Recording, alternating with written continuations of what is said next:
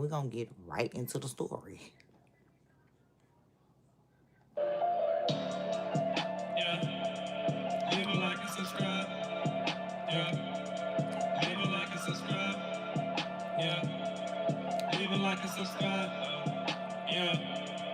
I black mom on a mission. She the mother of 6 kids. If you tune in right now, you gon' leave with some laughter and a brand new addiction. If you loving the channel, the content, subscribe then. No need for me to mention. Lady gang, she a mother of boss, so we locked in and we standing on business. Making clothes and accessories, now she make jewelry. Whatever you need, she can make what you want, but it come with a cost 'cause it's made at its fullest. Did you forget she the mother of 6, so it always be lit? Yeah, you know how we do it. Do it all on this channel, the vlogs and more, and you always put on with new music. You got this channel and other channels, but it's never a problem. We know what you choosing. Mayo gang is the truest. Sticking together like glue, yeah, we look like a movement. Keep her name and her viewers out of your stream, 'cause she'll monetize off of you, stupid. Every day it's a movie. Filming the life of a mother right on your computer. Mukbang in the coolest. Unboxing moments, good energy, what we influence. Journey, Jalea, Janelle, the female little stooges, they sisters, stay with me, that's 3. Shower somewhere in the mix. The youngest, but act like the oldest, just wait and you'll see. Then you got TJ and Ty, the third and second oldest. Wait, hold up, then there was me. Last but not least, we just got the adults, and you know that's MomBoss and fiance Tyrese. She the mother of 6 kids. If you tune in right now, you gon' leave with some laughter and a brand new addiction. If you loving the channel, the content, subscribe then. No need for me to mention. Lady gang, she a mother of boss, so we locked in and we standing on business. Making clothes and accessories, mom on a mission. She the mother of 6 kids. If you tune in right now, you gon' leave with some laughter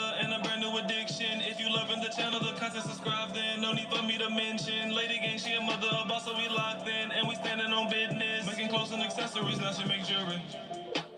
Hey, FBA, it's Deepa. Yeah, that's my son. My new intro he made for me.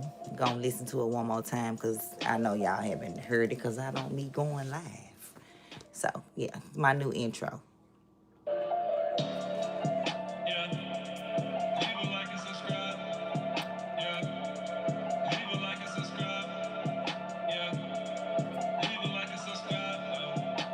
Make sure y'all hit that like. I black mom on a mission. She the mother of 6 kids. If you tune in right now, you gon' leave with some laughter and a brand new addiction. If you loving the channel, the content, subscribe then. No need for me to mention. Lady gang, she a mother of boss, so we locked in and we standing on business. Making clothes and accessories, now she make jewelry. Whatever you need, she can make what you want, but it come with a cost 'cause it's made at its fullest. Did you forget she the mother of 6, so it always be lit? Yeah, you know how we do it. Do it all on this channel, the vlogs and more, and you always put on with new music. You got this channel and other channels, but it's never a problem. We know what you choosing. Mayo gang is the truest. Sticking together like glue, yeah, we look like a movement. Keep her name and her viewers out of your stream, 'cause she'll monetize off of you, stupid. Every day it's a movie. Filming the life of a mother right on your computer. Mukbang in the coolest. Unboxing moments, good energy, what we influence. Journey, Jalea, Janelle, the female little stooges, they sisters, stay with me, that's 3. Shower somewhere in the mix. The youngest, but act like the oldest, just wait and you'll see. Then you got TJ and Ty, the third and second oldest. Wait, hold up, then there was me. Last but not least, we just got the adults, and you know that's MomBoss and fiance Tyrese. She the mother of 6 kids. If you tune in right now, you gon' leave with some laughter and a brand new addiction. If you loving the channel, the content, subscribe then. No need for me to mention. Lady gang, she a mother of boss, so we locked in and we standing on business. Making clothes and accessories, now she make jewelry. She the mother of 6 kids. If you tune in right now, you gon' leave with some laughter and a brand new addiction. If you loving the channel, the content, subscribe then. No need for me to mention. Lady gang, she a mother of boss, so we locked in and we standing on business. Making clothes and accessories, now she make jewelry.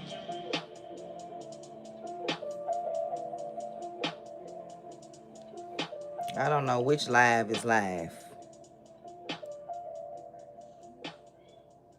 Yeah, that's not it. I obviously got 2 lives going, y'all. And hold up. All right, y'all. How y'all doing today? Hey. Felix from Stray Kids. Don't know what that is, but hey. So, yeah, today I want to talk about Erica Kirk. You know, we've been doing a lot of talk about Charlie Kirk, but no one's really talking about Erica per se, as far as, you know, who she is before she was Erica. And I knew who she was before she was Erica Kirk. And I want to know if you guys know or even remember. Some of you may be too young to know who she is, but I definitely remember who she is. And this video that I started to watch earlier brought it all back to memory. And I was like, I want to do a reaction with my audience on this video. And so I stopped watching it. So I only watched like the first 2 minutes. And I was like, I have got to go live to my audience because we got to talk about this. Who is Erica Kirk? Like, who is she really? Do we really know who she is? Or do you guys really know who she is? Do you know where she came from? Like, she came from production. She came from modeling. Like, out of nowhere, she never knew anything about modeling, had never been in modeling a day in her life. Then all of a sudden, she received a phone call or something, or saw an advertisement, and bam. And 3 months later, she was Miss USA, chosen by Trump. Y'all may not remember that. But yeah, so if this video gets suppressed, I know why. But yeah, she was chosen by Trump to be Miss Arizona USA in 2012. And then she went on to, I think she got a Romanian orphanage or something that she owns. She was on like one of those TV shows, like one of those dating type of TV shows. Like, this is giving me vibes of a handler, not a wife. And maybe Charlie didn't know. But when I show y'all this video, and when we watch this video together, because I haven't even seen all of it. Like I said, I watched the first 2 minutes and I was like, oh my God, this is what I need to be sharing with my audience. I'm not going to watch it all and then come back and share with y'all. I want to have a live reaction with y'all on the video so y'all can see who she is too. So let's get right into it. We finna stop wasting time and get right into who is Erica Kirk. Because some of you guys may be shocked of who she actually is, where she came from. But I'm not. So, let's see. And like I said, it's been a lot of talk about Charlie. You know, rest in peace to him, because I don't feel no one deserves to die, whether the world or certain people felt he was racist or not. That's neither here nor there. Who are we to decide who's supposed to die? We're not. So, but yeah, we finna get right into this video. So shout out to DD Got a Podcast. I found his channel like some months ago. I'm not sure his nationality, but he talks about, you know, politics or whatever. Black guy, he may look like he may be from another country, but whatever, he's a black guy to me. And he talks about, he does like what I do, kind of try to call things like down the middle. Try not to pick a side if you don't have to pick a side. Like, right is right and wrong is wrong, so why are we picking sides? We're not going to say, oh, you right because I like you and you wrong because I don't. No. So, we're going to talk about that. And then we're also going to talk about the incident that happened here in Nashville yesterday at TSU, where some Charlie Kirk lookalikes or copycats or whatever you want to call them, someone that's still following his movement, showed up on HBCU TSU campus, you know, and it didn't go what they thought it was going to go.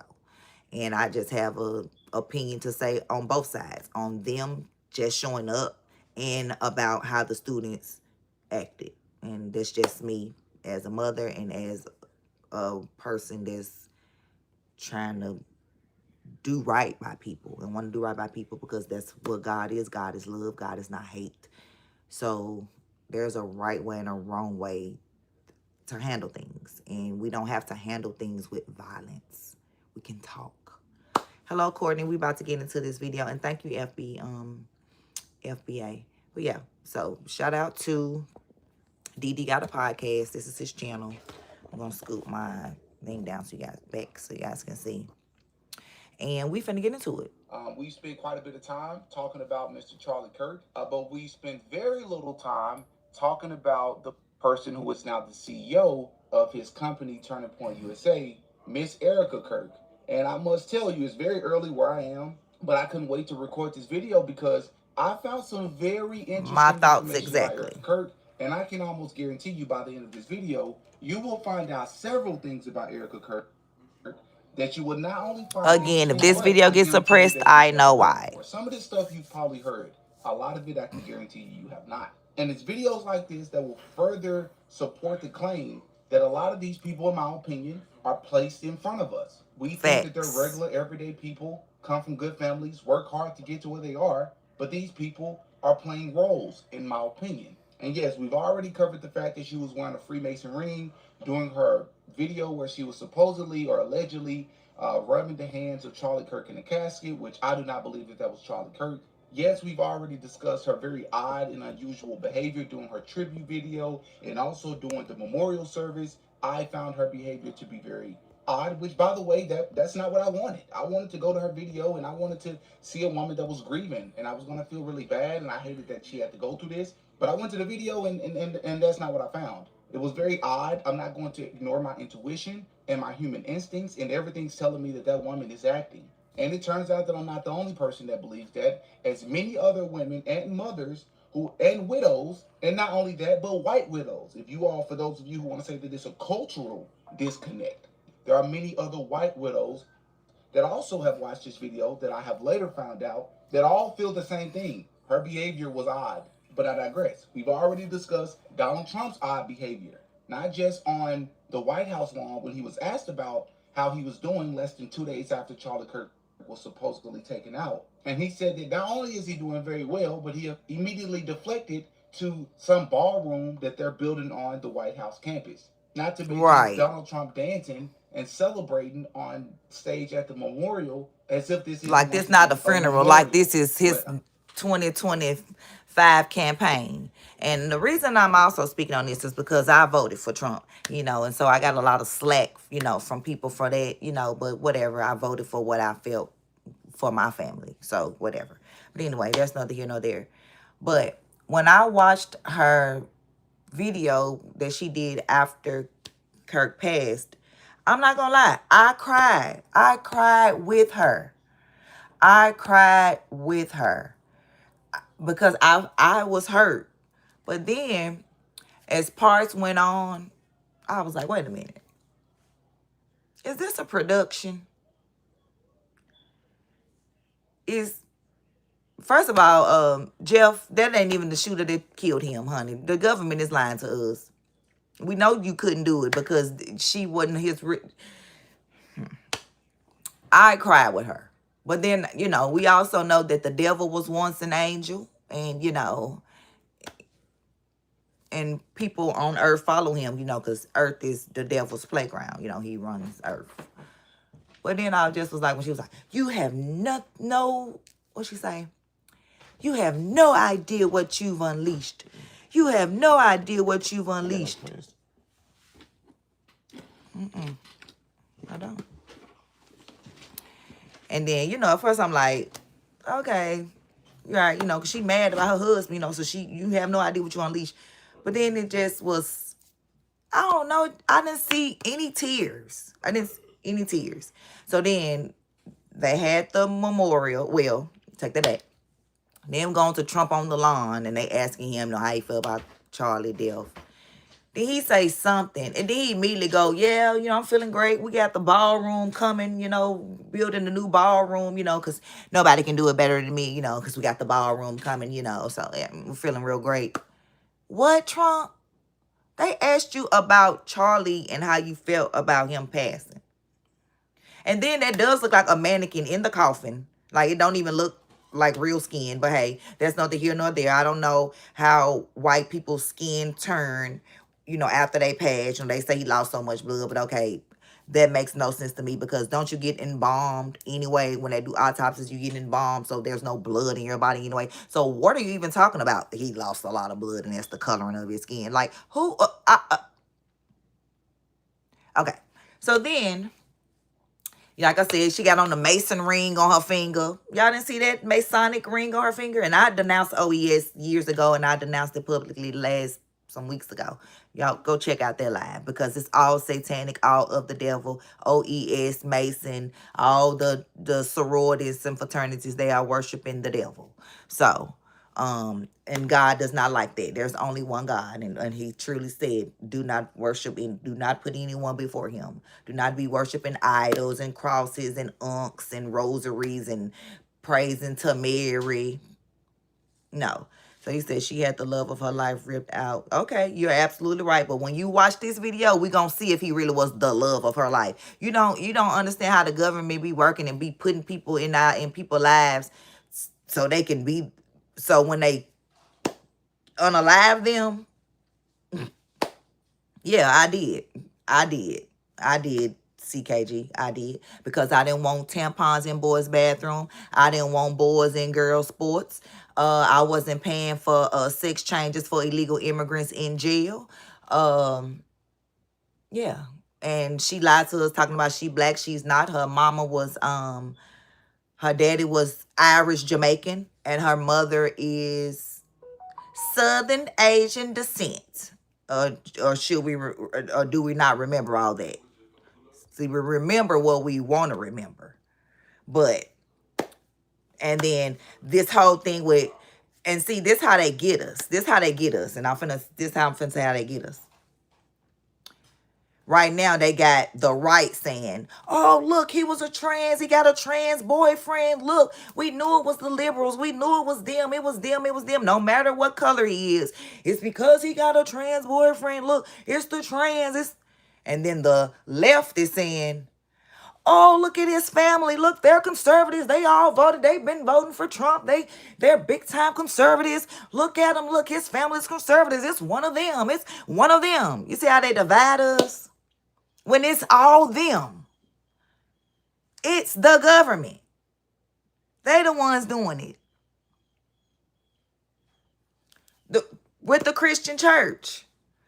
There's different types of Christians. Christians that say they Christians and are not.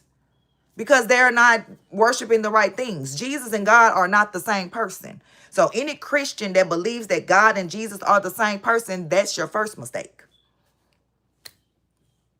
God is the Father, Jesus is the Son.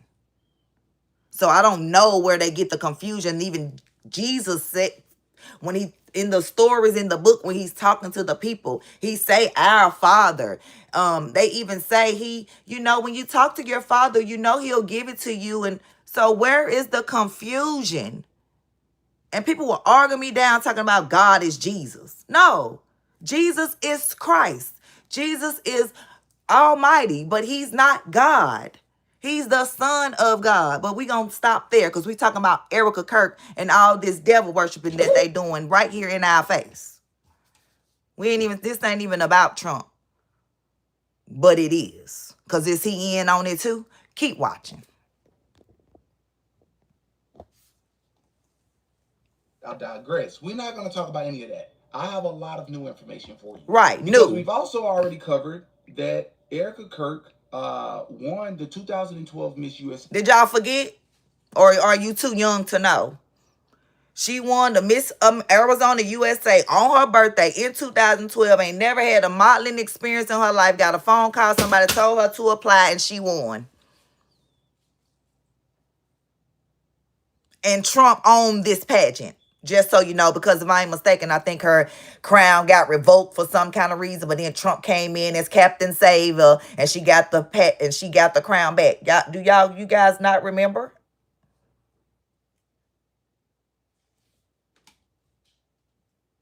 Okay. It's a pageant which was owned by Trump. Which, by the way, the evil truth behind the modeling industry on Patreon that I dropped several weeks ago. I'm gonna have to go pay for that. We discuss what actually happens to many models, as many models was interviewed a decade ago, and they exposed a lot of the people that assaulted them and what it actually takes to become a top model and to actually win. And how Donald Trump, we also covered in this series, how Donald Trump and Jeffrey Epstein actually worked in this industry together, both overseeing and hand selecting themselves many of the women that modeled. We know that. Keep that in mind for later in this video.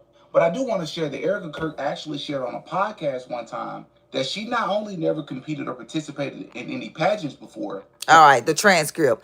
And my mom had told me, you can't be Mother Teresa. You can't save everyone. But I wanted to create an organization that was ambiguous enough to be able to help where I saw that there was a need. And so when that came in the mail, I thought to myself, okay, so again, all right.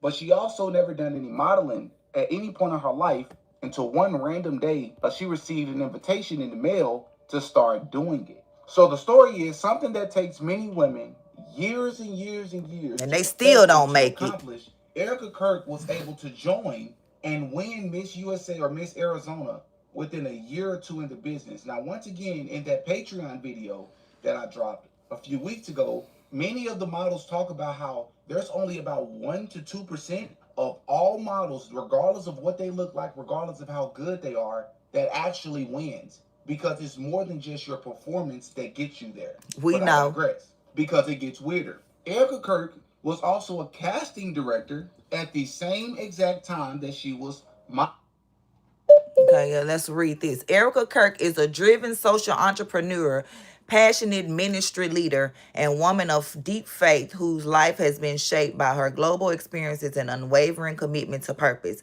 From New York City to China, Erica has worked in the entertainment industry as a model, actress, and casting director, all while remaining grounded in her Christian, modeling. I guess. Now, it's not clear if she was a casting director for Trump or not, but at the same time that all this was happening, she also owned a ministry that partnered with the U.S. military in Romania. So, who partnering with the U.S. military? That's supposed to be an orphanage. Y'all not hear this?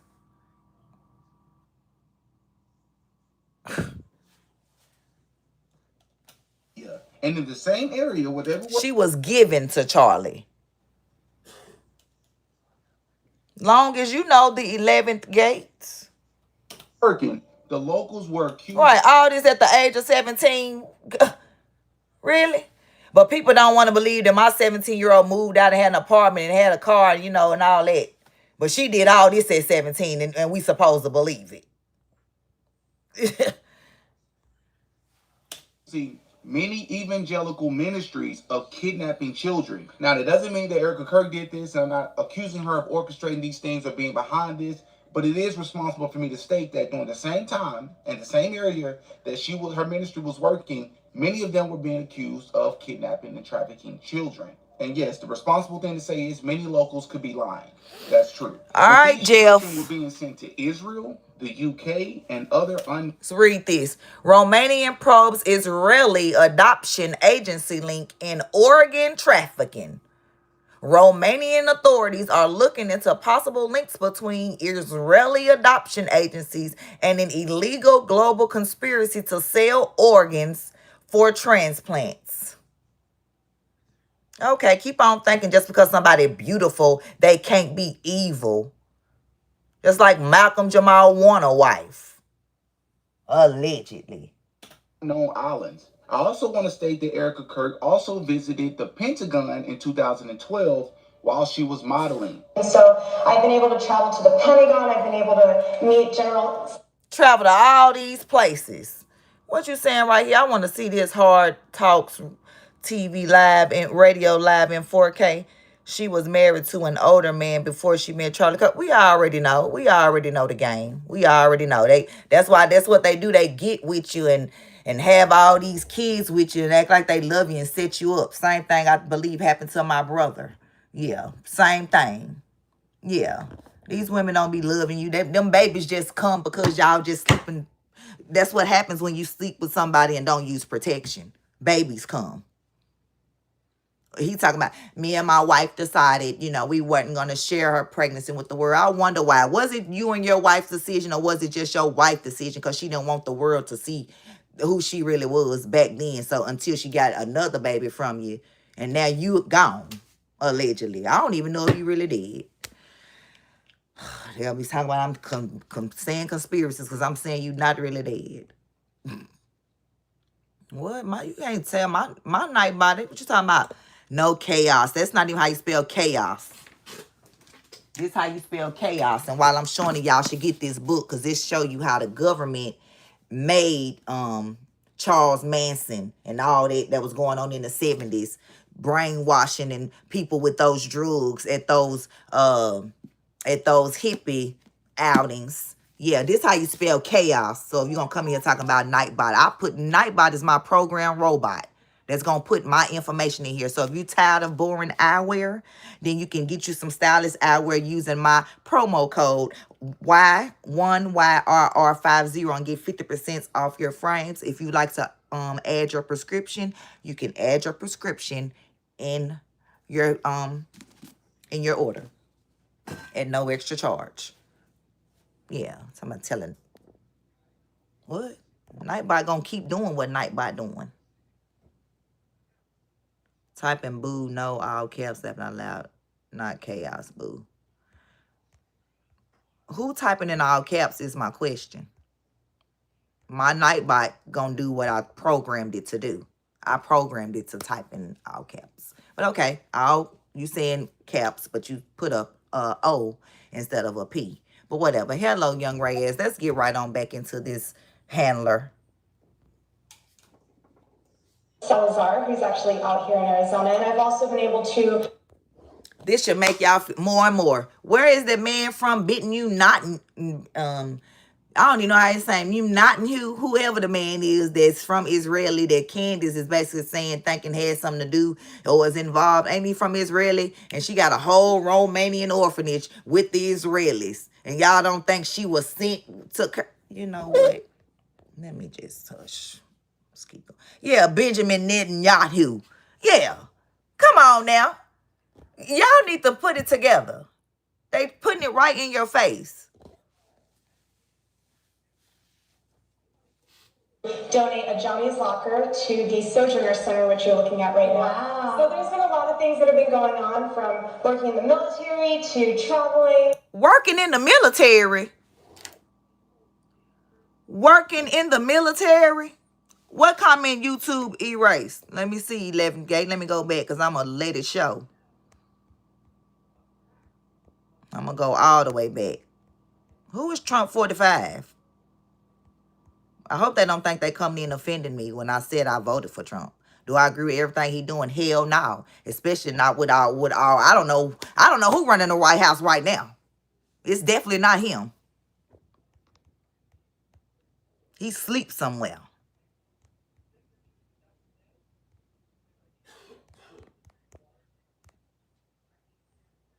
Where's your comment, the 11th gate?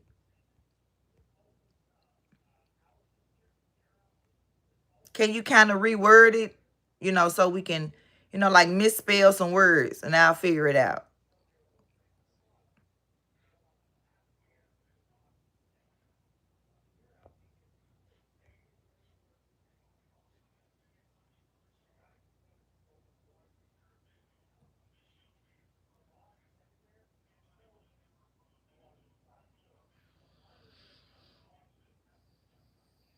I don't see it.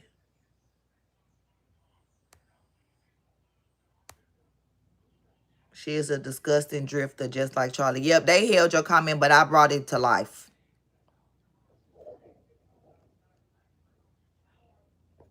You said you saw this coming in 2016. And for those that don't know, young Reyes, put in the chat where you live at right now and where you from, so they know you over there on the other side. You see what's going on. The lies they try to lie to us by they paid media. They put out what they want to put out, but not showing us the truth.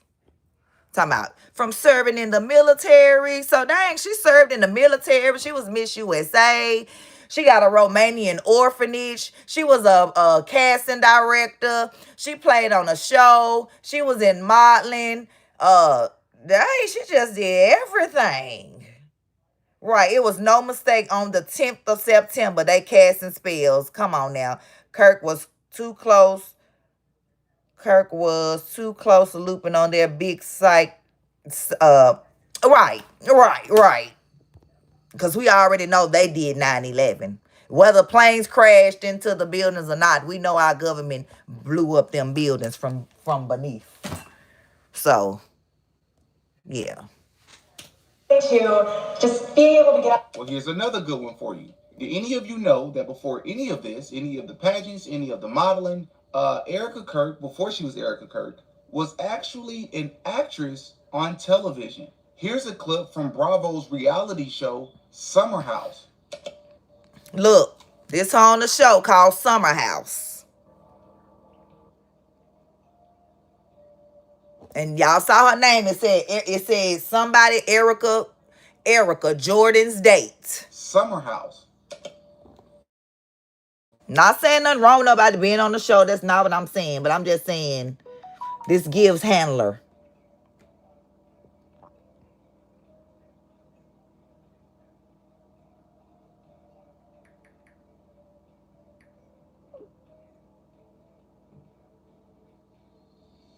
Well, how about this? Did you all know that Erica Kirk's mom not only worked closely with the government, but specifically with Homeland Security and the Department of Defense? Can I ask a question? Off topic. How did your mom choose Phoenix? So she chose to move to Phoenix from Ohio because there was more of an opportunity for a female business owner out here, especially from the standpoint of she was getting involved with the government, so Homeland Security and Department of Defense. I mean, yes, you can say Charlie was brilliant and respectful, and in some areas he was, and in some areas he was rude and disrespectful. Yes, I agree with some things he said, and I didn't agree with some things he said. Especially the things about black people, when white women benefited from DEI more than anybody. So I would have been the one that went up there to debate him and ask these questions like, sir, where are your statistics that black people are benefiting from DEI when it's clearly written that white women and gays and every other nationality benefit from DEI before a black person ever was looked at? Definitely a bad actress. Definitely. Not a tear during her speech. Not a tear on stage. Had on a ring with a G on, with an M on it when she was giving her speech before the funeral, before the memorial and all that. What is these MGs? What is all this? That ain't now one of your names. Your name is Erica Kirk, and his name was Charlie Kirk. And then her and Trump up there just seemed weird when he hugging her and she trying to still hold him, and it's like he trying to push her off like, okay, girl, that's enough. And she's still trying to hold on to him. He like, okay. Then he like, okay, yeah, come back. Let me kiss your forehead. Okay, now I need you to throw up the I love you, which is really the devil horns in disguise. But we got the deaf people thing, you all mixed together, because here's the I, here is the L, and here is the Y. So we're going to mix it all together and say it's I love you. But it's really the devil horns. But, it's just disguised. We need you to throw that up. Where is the person that was doing sign language for the entire show if she going to be doing sign language? So we can verify that what she was throwing up was really sign language, because the person that was doing the sign language would have also done I love you. They would have did the same thing, right? So y'all keep on letting them play in your face. Yep, hold him like a sugar daddy. But remember, he the one who chose her to be the Miss America, to be the Miss USA. He chose her. Misspell some of your words, 11 Gate, because they'll block you and they'll also try to take your channel for your comments. So I just want to let you know, Charlie Kirk will try to embarrass you. He too scared to debate adults. Well, right. Well, he got the right one, because, they think I'm a kid anyway, but I'm not. But I'm grown. But, I could have came to him like a little kid. I'm like I go to college, which I will be getting my doctorate soon. So, yeah, bad actress. But let's get back into it, because all these people that's trying to not look at the information that's just automatically, oh, you're wrong for judging her. She just was a grieving wife. Well, I ain't never seen a grieving wife that could just get up there and articulate and put together all them words without a cry, a tear. Every time she fake wiped her eyes, they went to show the crowd. So they didn't have to show there was no mascara on that napkin because she wasn't really crying. Like, come on now. Y'all, come on. Wake up. They still ain't released the Epstein files. Y'all want to believe them, but they still ain't released the Epstein files. Trump ran on for 5 years. Ooh, we're going to release the Epstein files. I can't wait till I get in the office. Day one, we're going to release the files. He get in the office. Oh, we're collecting all the files. We're collecting all the data. Then Pam Bondi, old puppet. We have all the files, thousands of documents on my desk that are very disgusting. We're going to put out to the public. We're going to let all you guys know what these pedophiles were doing to these children all of these years. And then now all of a sudden she's talking about, what files? We don't have any files. What are we talking about? I said we had papers on our desk. I didn't say we actually had all Epstein files. And then Trump want to say, oh, we still talking about Epstein. Get over it. We still talking. We sure are, sir. We sure are. Now, are you going to release the documents that's showing you own them or you not own them or what? Yeah, we still own it. Like, what? What are you talking about? Are we still talking about it? Yeah, we still talking about it because that's all the hell you talked about during your election. Yeah, and again, I voted for you, so I can say what I want to say. Back to this drifter. And so she had other business partners that were out here that were already in that industry. In fact, do you even know who Erica Kirk's parents are altogether? It says here, Erica Kirk's parents are Kent and Melanie Franceville. Kent Franceville was a prominent figure in the defense industry. Of course. Having chaired Raytheon's Israel division and been involved in... Doing what? Having chaired who? Israel division? Israel division. And what was Charlie Kirk starting to speak out against?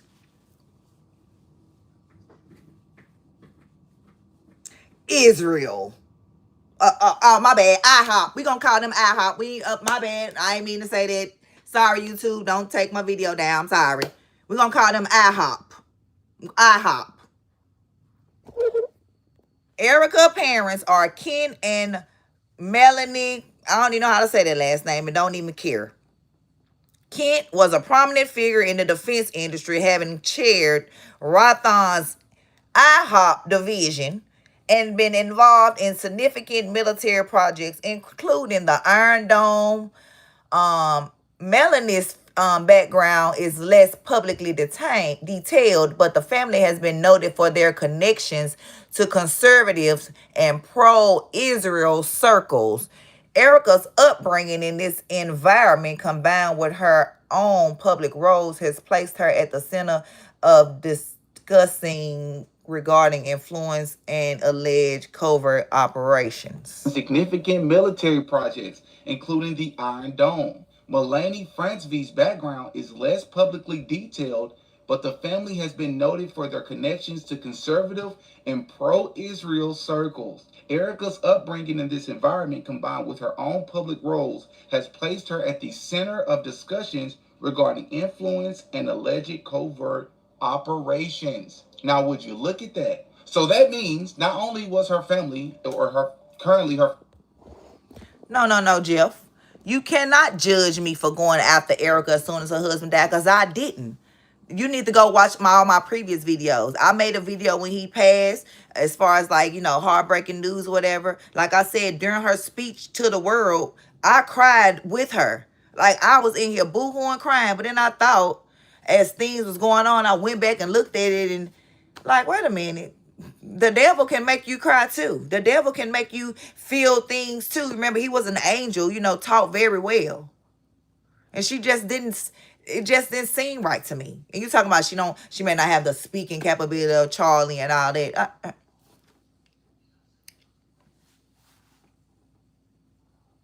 I'm not going after her. That's what you're missing.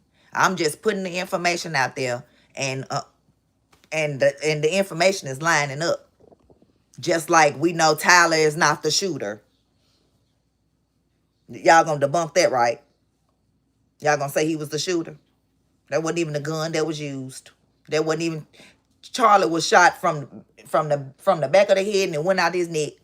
I don't know where y'all looking at. Open your eyes. Open your eyes. There's no way that kid shot him. He did not. Why did nobody in the audience turn around and look around when the shot happened if it came from that way? Anyway, whatever. Back to the video. Very well connected but they're connected to Israel, the same foreign nation that many Americans are not rocking with right now, including myself. And I guess that could further explain.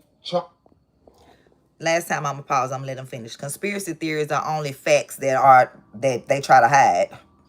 Because that's everything that I thought back when I was younger. I was like, oh, look at them. They're just conspiracy. All they end up being true. That's all conspiracy theories are, just the truth that they try to hide.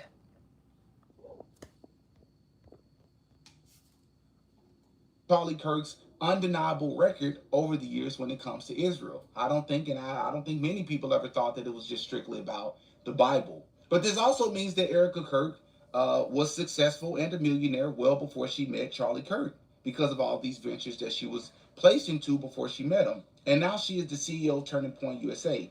But let's continue. Did you know that she is actually currently considered the most powerful woman in the country, and many are suggesting that she should run for vice president in 2000. And ain't it crazy? Her name is Erica, and she be like, I am Erica. You put I am with the Erica, that's America. All right, maybe I'm just tripping. But now they're talking about she the most powerful woman in the world. I am Erica. I am America. Alongside J.D. Vance, as many view Charlie Kirk as a future presidential candidate himself. And it also doesn't help when there are emails going out from Turning Point USA where Erica is stating that she will, quote unquote, carry Charlie's torch. But we'll see. Let's talk about Erica and Charlie's first date. Apparently, it was for a job interview only after a quote unquote, close friend recommended that Charlie should hire her as they were celebrating a new Turning Point USA logo. Now, if this ain't a setup, now if this not a setup, somebody recommend he hire her. So employee turns wife, turns handler, turns took over your company. Because you started talking what IHOP didn't like. No political experience. How about she running for VP? Another Kamala. We're not voting for her either. Crying like she was auditioning for a Tubi movie, what you said. Like, what? Somebody suggested that he hire her. Why? What experience did she have? All I saw was her playing on a show, winning Miss USA, being a casting director. No experience right here. I see Candace Owens standing right there with her friend. Let me turn the camera back around. Candace right there. See, they didn't want Candace taking over. I bet Candace got a lot of text messages and emails from him. I bet she got a lot of emails and like text messages from Kurt, like personal stuff that he probably didn't tell nobody. I'm telling you, Candace knows some stuff. I'm telling you. And she probably not speaking on Miss Erica, Miss EK just yet, because she know. She know. Y'all probably like, Candace, why you not speaking on Erica? You piecing all these together like we know Tyler not the shooter, we know the shot didn't come from this such a way and all this, and Benjamin Netanyahu coming out talking about him and Charlie just was his best of friends and they ate lunch together and his son ate lunch with him in 2019 and he just so hurt by him. All these fraud people. I'm gonna rewind in case y'all didn't hear. So like I said, she was given to Charlie as a handler. Okay. But we'll see. Let's talk about Erica and Charlie's first date. Apparently, it was for a job interview only after a quote unquote close friend recommended that Charlie should hire her as they were celebrating a new Turning Point USA location. This was back in 2018, which is only 2 years after Charlie and Trump started working together on Trump's campaign. Remember, at this time, Erica Kirk had already been working under Trump in the modeling industry. Oh, you heard that? Okay. Erica was already working under Trump in the modeling industry. So y'all don't think that Trump or somebody, I ain't gonna even just say Trump, somebody sent her or had her sent to Turning Point for Charlie, knowing he can't resist this beautiful girl because he just not the cutest man anyway. I mean, you know, he a tall white man, whatever, but he's not the cutest. He got a weird kind of smile. His head kind of shaped funny. You know, but I'm not talking about the deceased. The Lord, just forgive me. I'm so sorry. I did not mean to do that. I did not mean to say that. But the point I'm trying to say is he couldn't resist this beautiful lady. And so you were sent there to work, and then he end up falling in love with you. Now Candace making me think, are you in on it too? Even though you speak against IHOP, the country IHOP, are you? Because what is going on? You ain't called her out yet? You ain't called her out yet. Something is not right, y'all. Erica was already working under Trump. Erica sent to work for Charlie in 2018.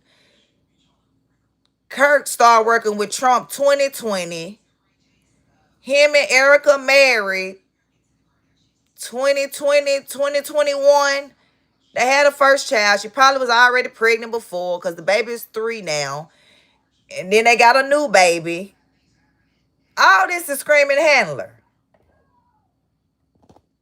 Oh, well, I denounced OES. So Candace can be a Mason all she wants, just like she talking about she Catholic, baby. Mary and God was not married. So the Catholics are wrong.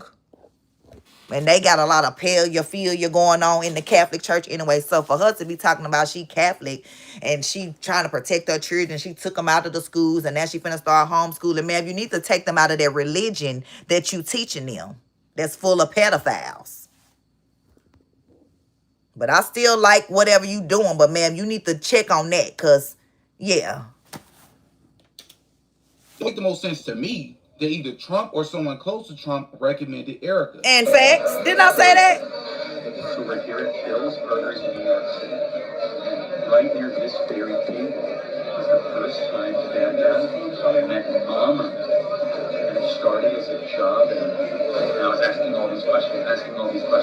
Philosophy, religion, Jesus. We can't even have wives without them being government spies. This is why y'all will never listen closely to everyone. Who is y'all? Because I voted for Trump. So what you talking about, David? What you talking about? I voted for Trump. Who is y'all?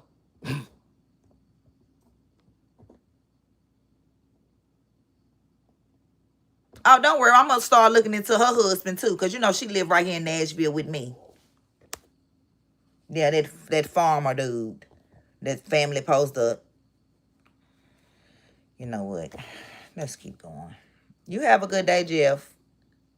I'm not looking for any dirt. I'm just looking for the truth. And tired of them lying to us and playing right in our face. And then I realized Mama was beautiful and smart and elegant and Christ-like. So I said, forget this job interview. I want to date you. And I said, I have enough friends. And that's where your journey started. And I've already covered the weird story of the 72-year-old man that supposedly started Turning Point USA with an 18-year-old Charlie Kirk after convincing him not to go to college. But I digress. This probably the 80-year-old man that she was really... You know what? Let me just hush. Wonder who this is. William Montgomery, the lesser-known co-founder who is credited in discovering Kirk. Montgomery, 80, an Illinois entrepreneur and one-time Tea Party activist, is one of 3 Turning Point insiders who have won lucrative deals from the group to handle its printing, payroll, processing, and fundraisers. They said she dated an older man. Wonder how old he was. 10-year-old Charlie Kirk after convincing him not to go to college. But I digress. Anyways, Erica has also shared the story of seeing Charlie in Israel. So there's the Israel plug once again. And notice that he looked familiar, but was too afraid to approach him. And then they would run into each other again in America, supposedly. And if I haven't blown your mind yet, keep listening. Did you know that Charlie Kirk's family was closely and heavily tied to Donald Trump as well, as his parents worked really, really closely in the Trump Tower?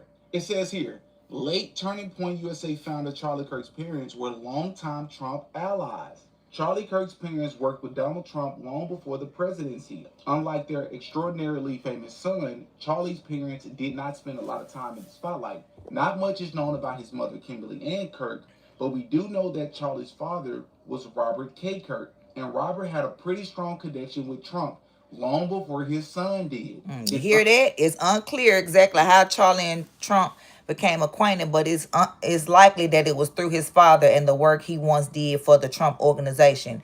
Kimberly's career and her affiliations are mostly unknown, while Robert was a businessman who worked as project architect manager on Trump Tower in New York City.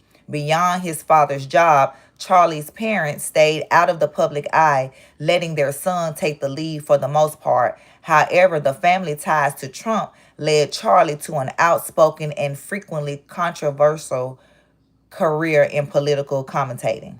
Unclear exactly how Charlie and Trump became acquainted, but it's likely that it was through his father and the work he once did for the Trump organization. Kimberly's career and her affiliations are mostly unknown, while Robert was a businessman who worked as a project architect manager. I already said that. Multi by the time their $25 million yearly annual Hold are up. able to create a multi-million, well over $100 million yearly annual budget organization by the time they're 25 years old. Yeah, listen to that. It's impossible. Yeah. Not saying it's never been done before. Right. But you have to be connected to the right people. You have to be selected to do these type of things in this world.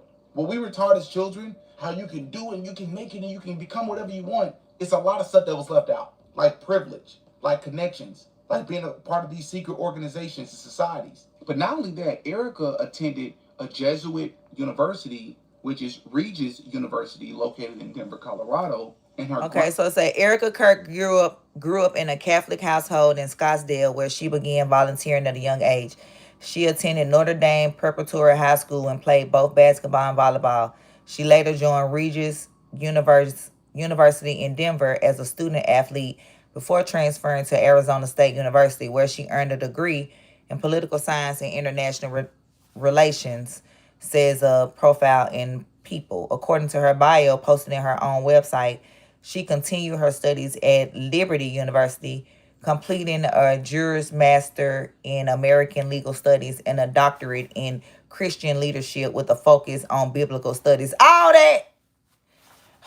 On her 23rd birthday in 2012, she won the title of Miss Arizona USA. She went on to compete in the Miss USA that year, though she did not place in the top 16. But remember, Trump chose her.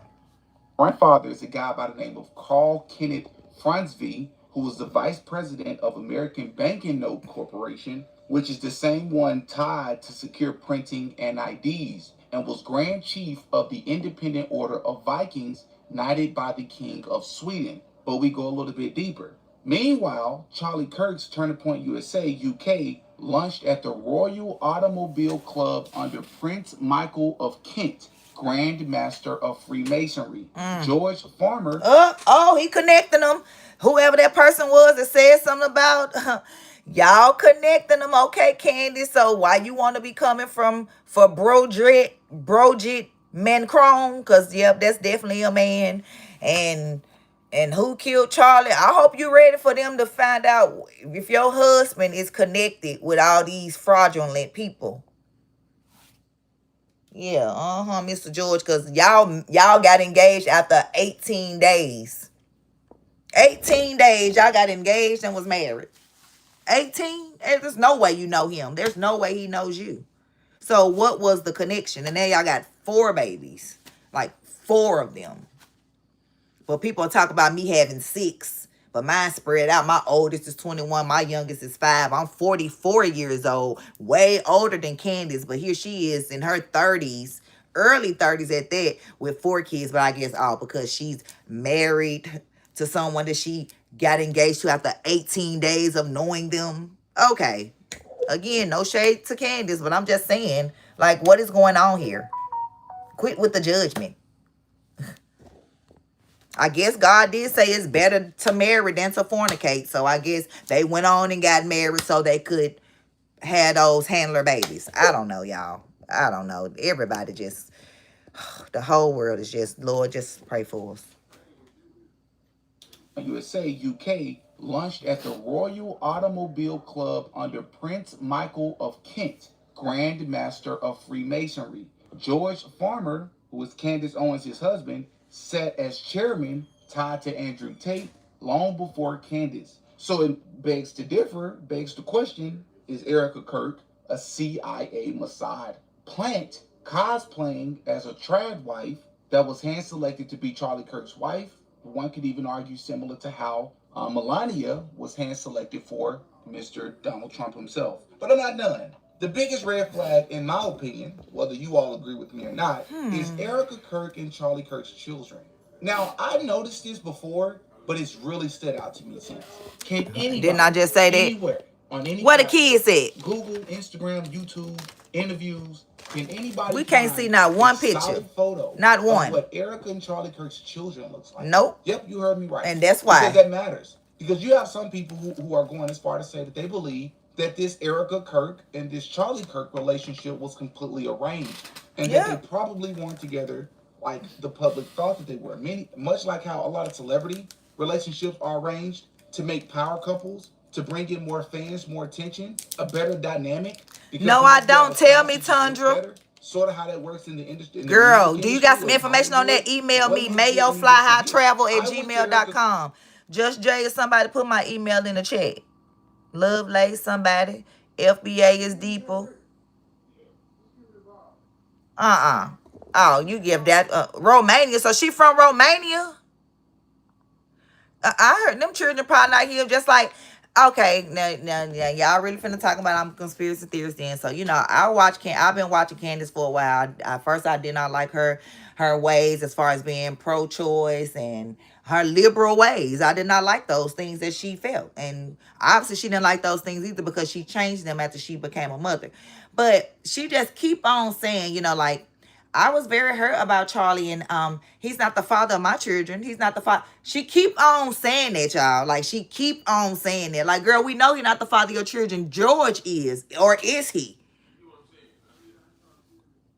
Because, I mean, George white, he white. So, I mean, it ain't like we would be able to tell, now would we? But I'm just saying, if y'all go back to her all the videos that she been talking about since Charlie died, talking about how hurt she was and all that, but you got the right to be hurt that your friend passed away, whatever. But I mean, it ain't like you just knew him that long. I'm just saying that friendships don't have to be long friendships. What I'm just talking about, she just kept on saying, and he's not the father of my children, and he's not the father of my children. Girl, we know that. Or is he the father? Thank you for subscribing, Hard Talks Radio Live. Do you go live on your channel? Let me know, because I'm gonna have to come visit you. Like, this is really some questions that we need answered. Nah, Candace Owens did that social autopsy foolishness, so she had to come up with a new grift. What social autopsy? What you talking about?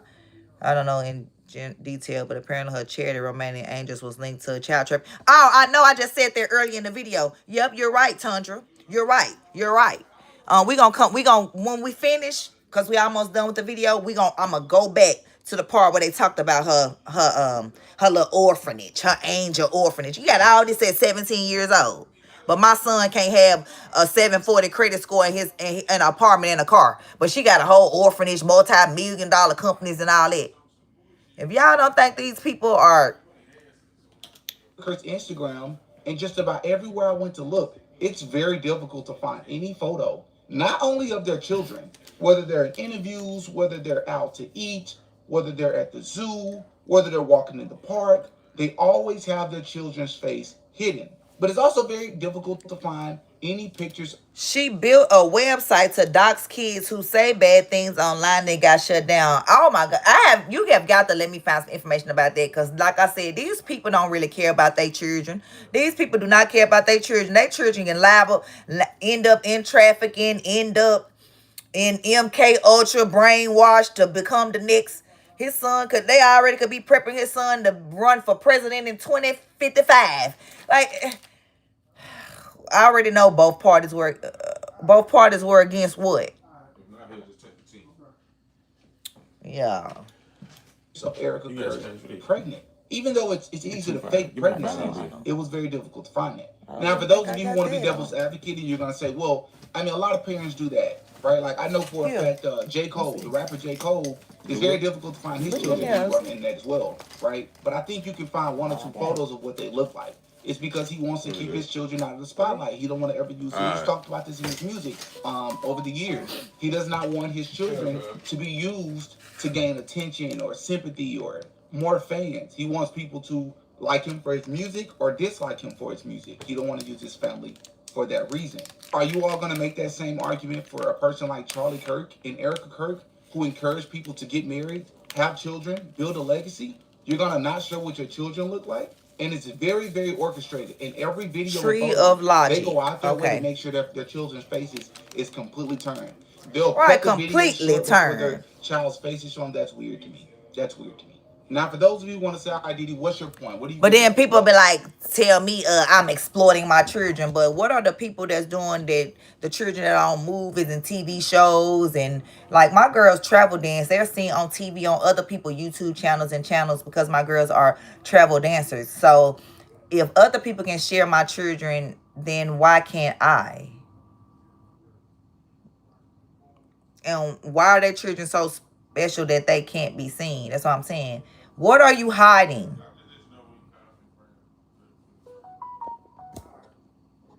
Them could be Trump kids, for all we know, y'all.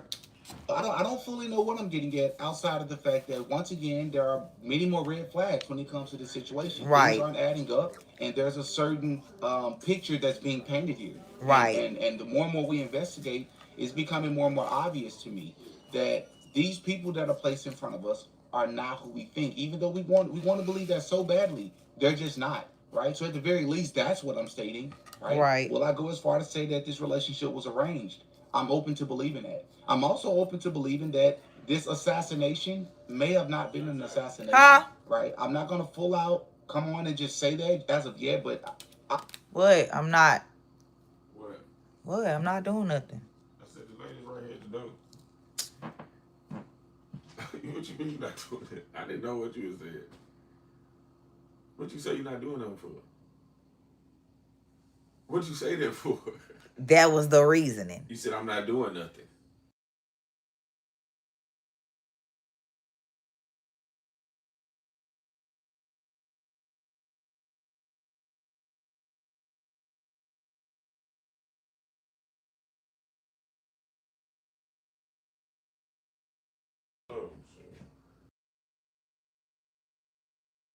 video that's convinced me that Charlie Kirk may have even been in on it. I'll include that version on Patreon because, of course, for obvious reasons, I can't include that on YouTube. But I will say this, I'll make it free for everybody to watch. You don't have to pay. You just have to become a free member to watch it. So I will include that on Patreon, and you do not have to pay a dime to watch it. But yeah, and I want to state this again. I made a post yesterday. Yes, I'm skeptical of Candace Owens, like many of you are, because she has incredible reach, and you can't get reach like that, as we've seen, unless you're controlled, right? The Catholicism piece, I don't understand it. It's cringe. It's like, I'm with Candace 99% of the things that she talks about, and then she starts talking about Catholicism. I'm like, Candace, stop. Like I start twitching. I'm like, I don't get it. Thank you. You have a team. Thank you. Research. Thank you. You're talking about this Mary stuff. Like, it's odd to me. It's odd. So I'm not saying that can't. See, he on the same thing. He's saying the same thing I just was saying. Like I said, I didn't even watch this video, but that was the whole point. Why are you talking about Mary, Candace? God did not marry Mary. Mary was married to Joseph. And matter of fact, it's time for my Bible lesson, and we need it today. We definitely need it. Well, I wasn't gonna even do the Bible lesson live with y'all. I am. And today we learned about the truth about angels. Yes, we are. My ladies are here, and I'm finna go in the living room, and we finna have a lesson. Where my sock at? Yeah, honey, I am, you know what, I am sick of this world playing in our face. Where my Bible?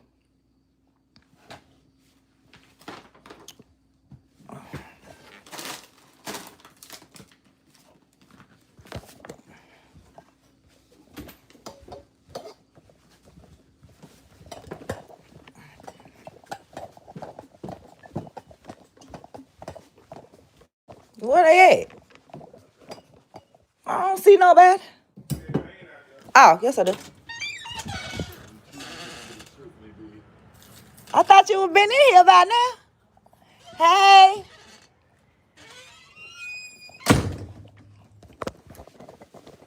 Yes, y'all, it's time for a Bible lesson. Because, baby, the world is brainwashed. Yeah, I don't know what Candace on. Every time in her chat, I'm telling her, Candace, I don't know what you on, my love, but God did not marry Mary. My bad.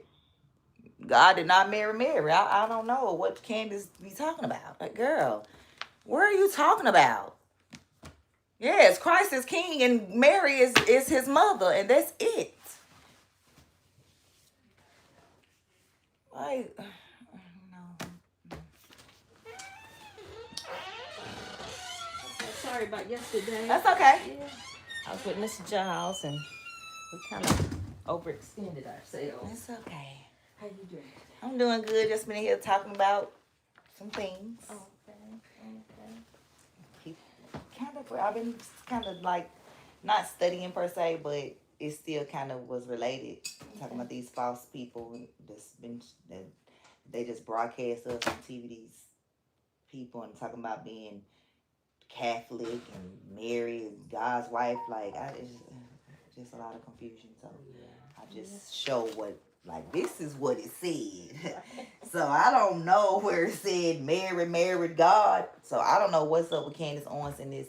This all she's been talking about is Catholicism. Oh, okay. We need to convert to Catholicism. Like, girl, no, ma'am, we don't. And that's the one that you said you had been kind of following? Yeah, but at first, I, like, for years back, I didn't follow her because she was, pro-choice and a whole lot of liberal ways, like things that was not of God, like pretty clearly. But then, once she had children, she changed that, stance, whatever. Like just yesterday, because she lived here in Nashville.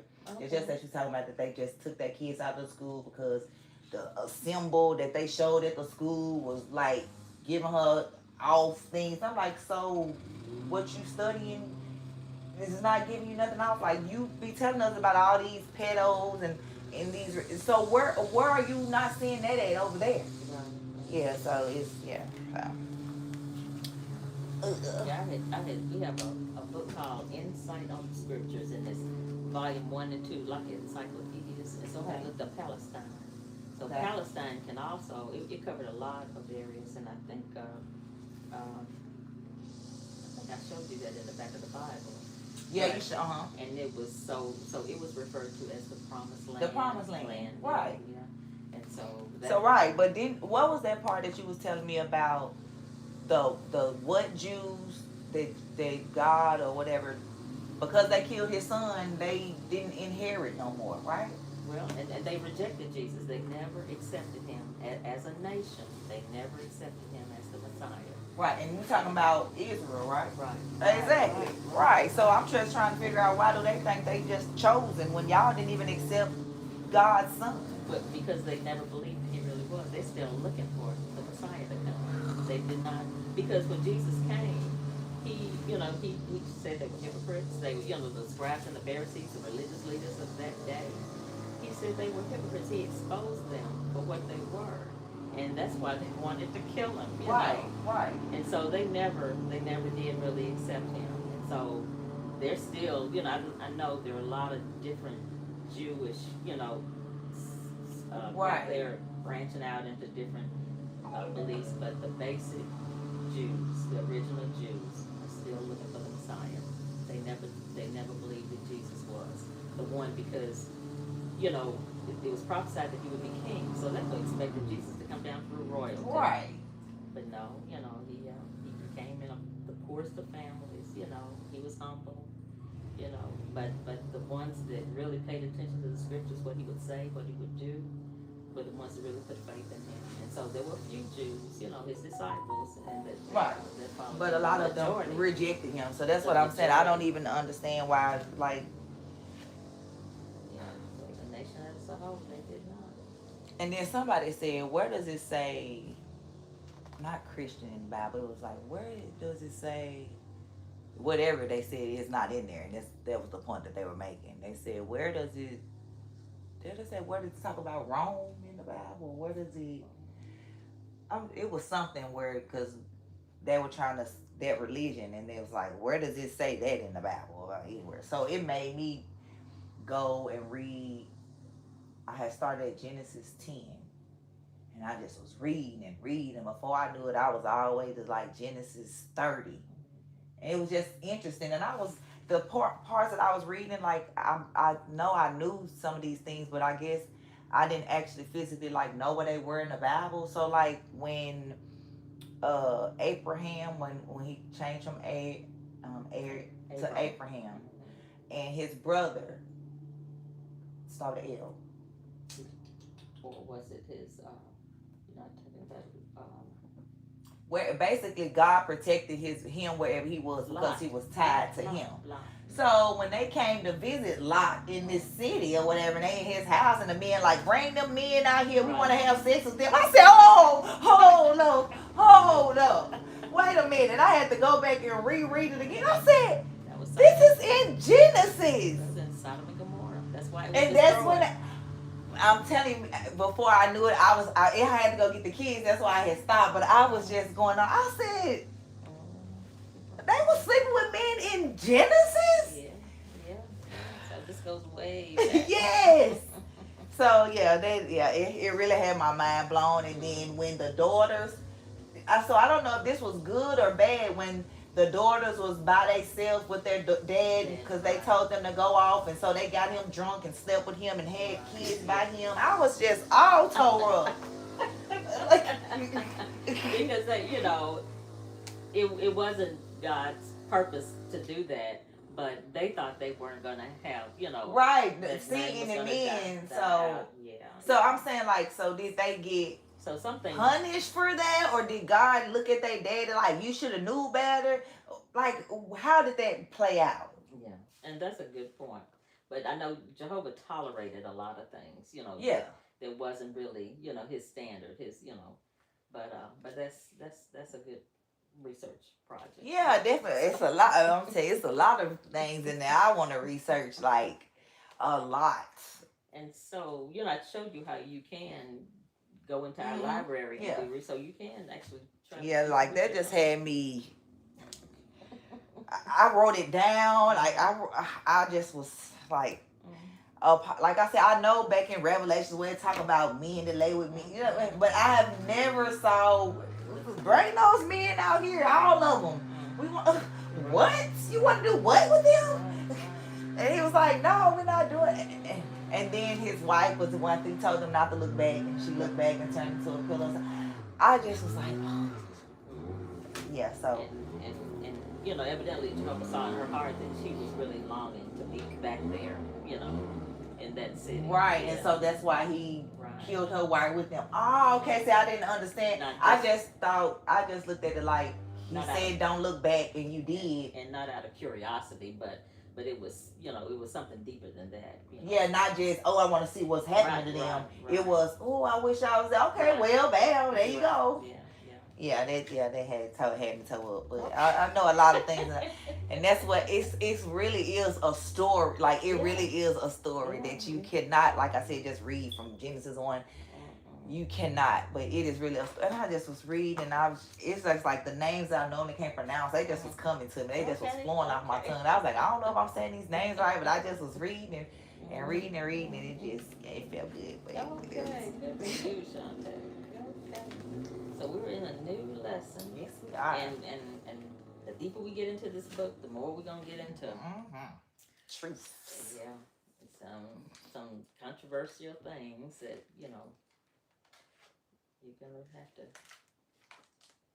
Yeah, and like I said, I'm passionate about stuff, so I try to like not get so worked up when I'm. And I try trying to take just Woosah, breathe, and keep an open mind. Just don't even read the comment. Just keep going. Like just read straight from the text what it said, and that's what I did when I was addressing somebody. I'm like, you just read in your text when you were talking about Martha, because she was denouncing talking about OES, Eastern Star. And she was reading how they reference, the 5 women, Ruth, Martha, Electa, and they didn't know her name. Say the elect lady, but they just make up names. Ada, who name is that? They didn't even have a daughter name. They just said his daughter. But, and it was a part where Martha had said, well, Jesus, if you ask your father, he'll, give to you, you'll receive. I said, Lala, you just read that the people even said, when you ask your father. So how are you saying God and Jesus is the same person in the same sentence? Right. Of course, there's no answer. I'm following the 66 book. I'm following the 66 book. So, again, you just read that even the people are telling Jesus, when you call to your Father, He answers and He does these things for you. So why would you, in the same sentence, say God and Jesus is the same? Right. Don't even make sense. No, it doesn't. Like I said, if you try to pin them down, they'll say it's a mystery. Yep. We're not supposed to understand. Yep. Okay. Hello, chocolate. Hello. Okay.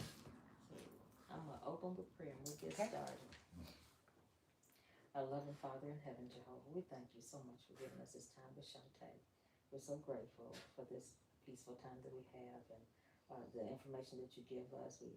We're excited that Shantae gets excited about what she's learning. So please help us to continue to be encouraging to her. Today we'll talk about angels and good and bad and how we need to protect ourselves from the bad angels. So help us to really understand the scriptures as you mean for us to understand them. And we ask forgiveness of our sins. And all these things in Jesus' dear name. Amen. Amen. Okay. Alrighty. So what is the truth about angels? Jehovah wants us to learn about His family in heaven. That family includes angels, who are called sons of God. What does the Bible say about angels? How do they affect people? And are all angels part of God's family?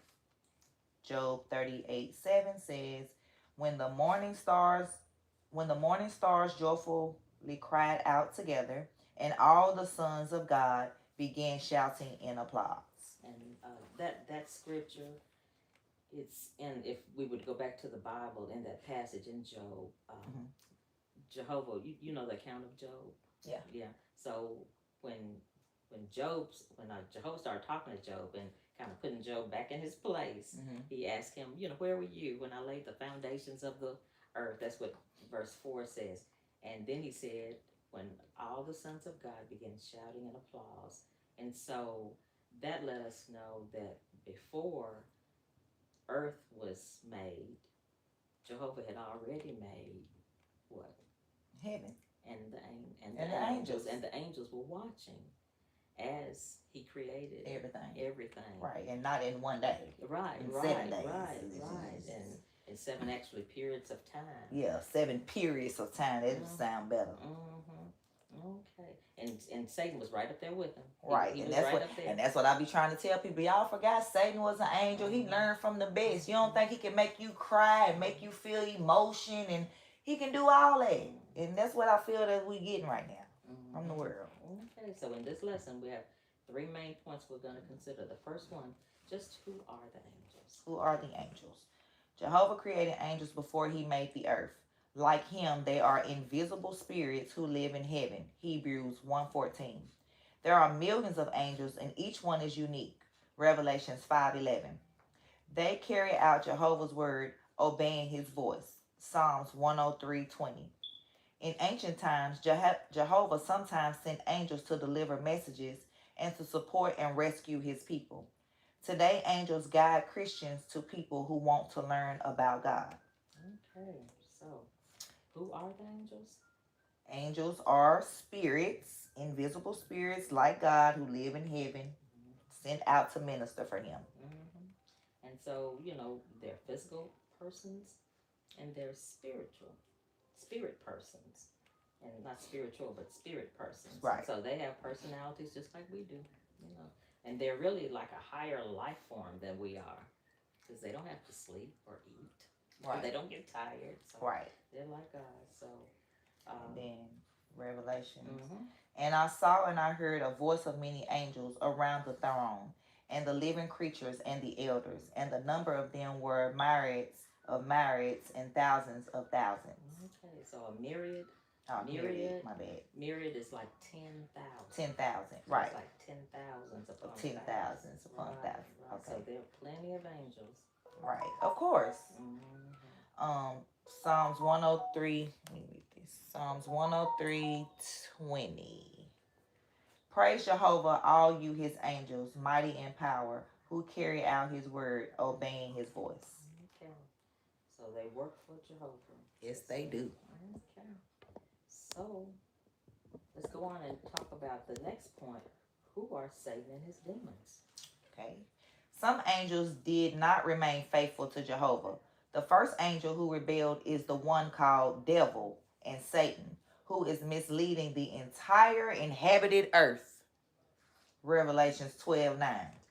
Satan wanted to rule over others, so he influenced the first humans and later even other angels to join his rebellion. Those rebellious angels are called demons. Jehovah had them expelled from heaven to the earth, and they will be destroyed. Read Revelations 12:9-12. Speaking of that, we survived the rapture. When was it supposed to be? It was supposed to be the 23rd. Really? Yes, this whole pastor got everybody. I'll have to send you the video. Like, the video went viral. He was like, yes, in 14 days on the 23rd, the rapture is happening. Well, he didn't have me in a bumble because, I mean, I know no one knows the day or the hour, sir. So what makes you think you know when Jesus didn't even know? But okay, so people was giving away their stuff, like this Uber driver. He had this couple get in his car, and they gave him $1,900 in cash that they had and was going to send him. They told him to send him his cash apps and his PayPals, and because God told them to give, they stuff because they wasn't going to be here. But my question is, how you know you weren't going to be here? How y'all know God wasn't going to take him? Like, so it just was, but people, yes, this was TikTok, yeah. So I just was like, Lord, pray for these people. But then I said, well, I wish I would have ran across somebody that thought the rapture was the 23rd, because I could have used somebody's house, somebody's car that you thought you weren't going to be here. But yeah, the 23rd was supposed to be in the rapture. I knew it was something I posted. So that made me think of that when it said they were sent to earth and they will be destroyed. Right. So let's go to Revelation. Okay, Revelations 12:9. So down the great dragon was hurled, the original serpent, the one called Devil and Satan, who is misleading the entire inhabited earth. He was hurled down to the earth, and his angels were hurled down with him. And then Revelations 12 says, on this account be glad, you heavens, and you who reside in them. Woe for the earth and for the sea, because the devil has come down to you, having great anger, knowing that he has a short period of time. Okay. Do you know when, and I just got a little side point here, we know exactly when 1914. Okay. 1914, World War I. They still don't know how it started. I've been researching that. Okay. Like, they still don't even know how to, because one man died. Like, if that's, like, it makes no sense. It doesn't. So, in 19 was it 11? 2014. In 2014, there was a documentary because it was 100 year anniversary. And I wish I could have pulled that back up, but it was on one of these Sunday morning shows, CBS this I'll morning. find it. Don't worry. YouTube got everything. Trust me. I'll type in 100th anniversary of Satan cast. Like, literally, you can type in keywords, or do you remember it was really about World War One. It was the anniversary of World War One, and there's a historian on CBS this morning. She's on there all the time. But she was the one that did it. And she went back to the very beginning, the assassination of this Duke and his wife. And at first, she said it was just amazing because the year before 1914 was relatively calm. Everybody thought that, it was still bad stuff going on. Still racism and all of that. But the world as a whole was kind of peaceful. And then 1914, when that happened, all the countries didn't all automatically get in at once, but it was like a domino effect. One country went after another one, and then another one, and it was a while before. Let you know that ain't nothing but the devil. They said it was like you said, like a mystery. They didn't understand why it even started. And then right after then, it was the Depression and World War II, and I mean it hasn't stopped. And so before this happened, still going on there. What did Satan and his demons? Where were they? And what did they have an opportunity to do before they were thrown out of heaven? Repent? Well, no, they couldn't. They couldn't do that because, like, the Satan and the demons, they were like perfect. So there's no repentance for them. But before this happened, they were in heaven and they had opportunity to go back and forth. Right. That's right. So they caused havoc on earth, go back to heaven. Come down here doing a little dirt. That's why when you said little things was happening, but it just wasn't. But then when God said, you know what, y'all not coming back. Bye. cast them down. Right. So all they can do is just cause hell here. Right. And they so, can't go back and let things die down, and that's, they're and that's, all down here. So it makes total sense why the world is so evil right, and demonic. And it's continuing to get worse because in verse 12 it says they know they have a short period of time. Right, and sure. They're angry. They're angry. Yeah. It is getting worse. Like over, like we're talking about, we're gonna call it IHOP. You know what country that is? Mm-hmm. That country. People die for nothing, and why? Mm-hmm. No explanation. Right. Just because y'all want to. Yeah. And just know y'all got an answer for that. Mm-hmm. Okay. So we know who Satan and the demons are. Mm-hmm. They used to be good angels, but they and it's a scripture in Revelation says Satan, he drags a third of the angels, and so he took, not all of them, but he took a good number of them. And right, because I mean, obviously they were doing bad or wanted to do bad, because if they didn't, they would have just like. You remember the first bad thing they did? Might not have been the first, but the major bad thing they did. So it was before it was before World War One. Mm-hmm. Wait a minute, let me think. Why did Adam and Eve? Why did God bring the flood?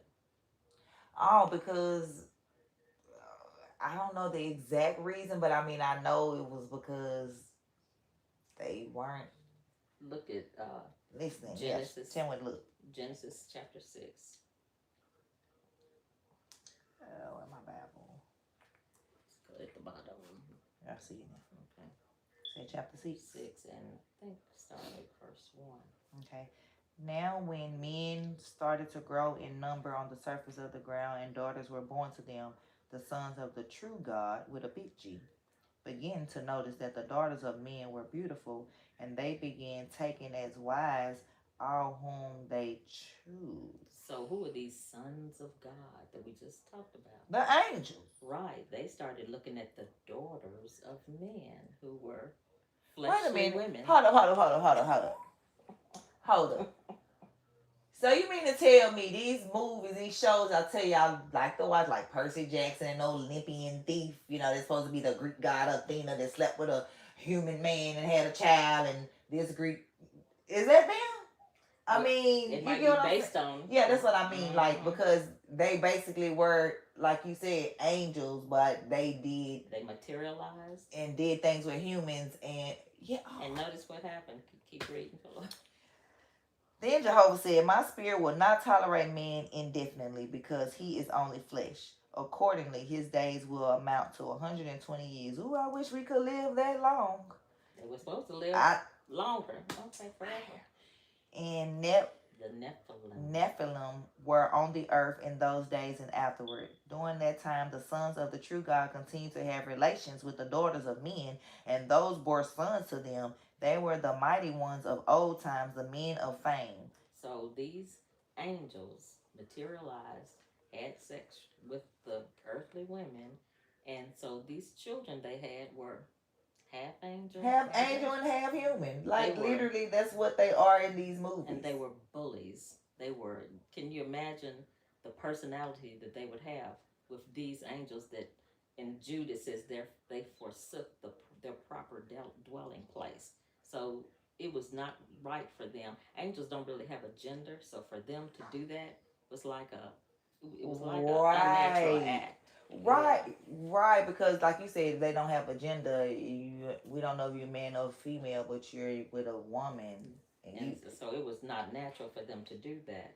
And so these children, these offspring, they were big, they were bullies, and they were the ones that made the earth so bad. Just keep reading a little bit more. Okay. Consequently, Jehovah saw that man's wickedness was great on the earth, and that every inclination of the thoughts of his heart was only bad all the time. Jehovah regretted that he had made men on the earth, and his heart was saddened.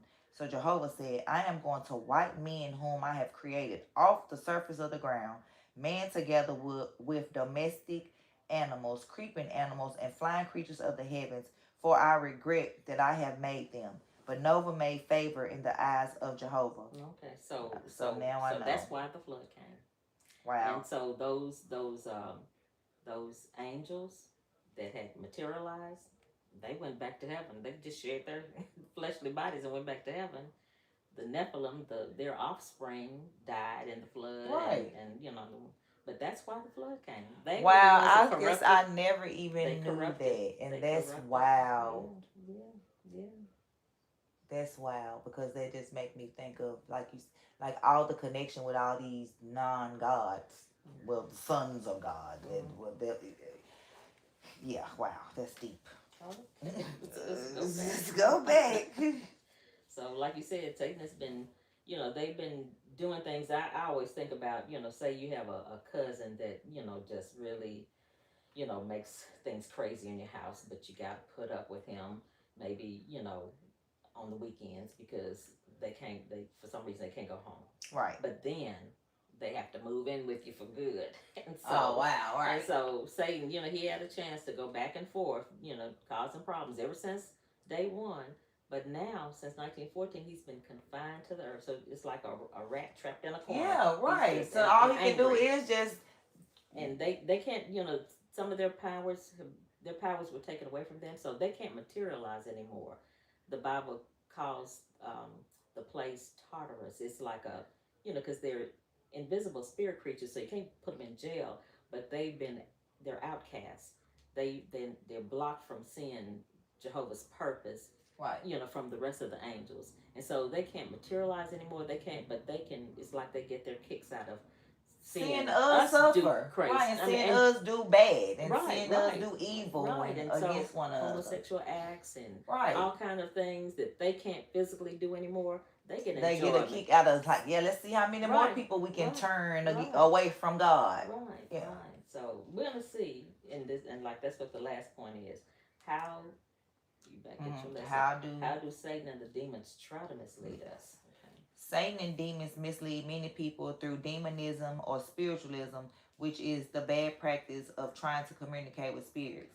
For example, some people consult astrologers, fortune tellers, psychics, and witch doctors. Others seek forms of medical treatment that involve spiritualism. People are also tricked into believing that they can speak to the dead. But Jehovah warns us, do not turn to the spirit mediums and do not consult fortune tellers. Leviticus 19:31. He gives us this warning to protect us from Satan and the demons. They are God's enemy and they want to harm us. Okay, so there's one word in there I want to make sure we got it right. Spiritism. Because spiritualism is good. Yeah, right. Spiritism, right. But that's doing the cards and all that kind of stuff. I know. I be watching the ladies, and when she be talking about these things, I be like, yeah, God gonna do that for me. Like, I don't know. I don't need your spiritual bath oil, girl. What? I don't need that. What is in that? Right. These things don't even make sense. So I gotta spend money to be spiritual with God, girl. Okay, make that make sense. And I don't know about my father and mother, like my higher father and mother. Who is my mother? All I know about is my father. So when they be like, your spiritual father and mother, I be like, who is that? Right. I know who God is, but who is the mother? So it just be a lot of, so I may listen to it, but I don't,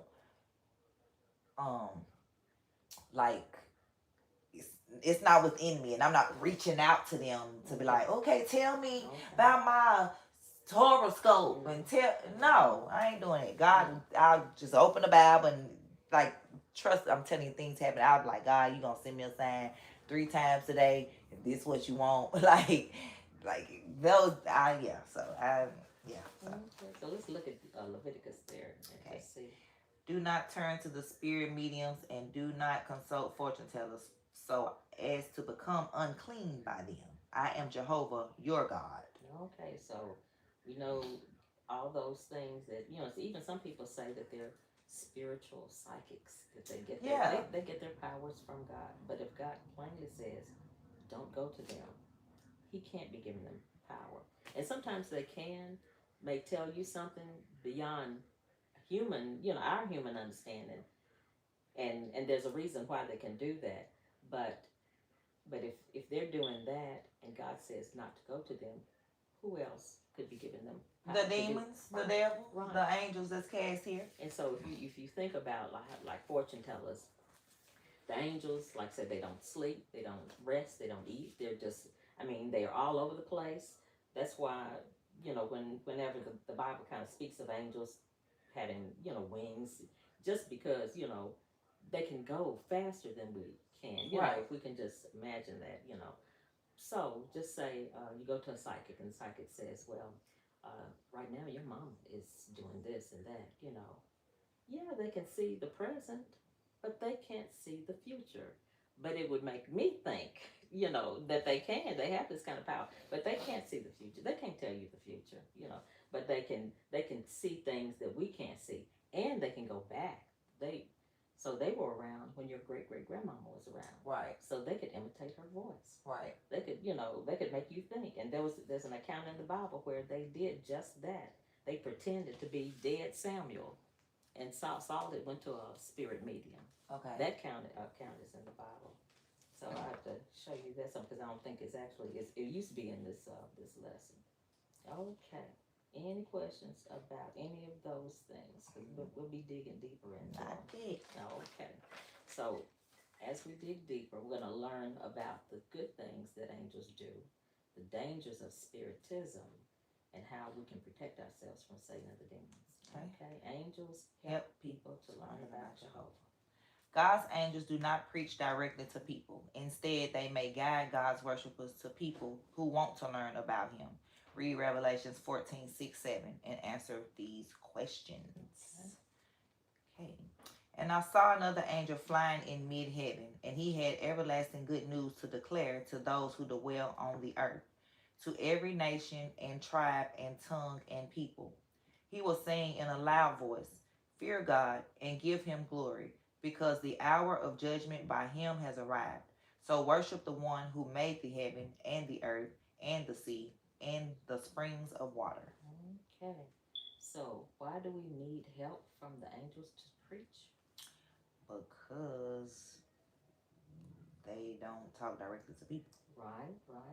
So we're like the mouthpiece. Right. But, and I don't know if I'm going to get ahead of myself, but let me just ask this question. Does it encourage you to know that angels can guide you to people who need to hear about the Bible? Yes. Yeah. I do.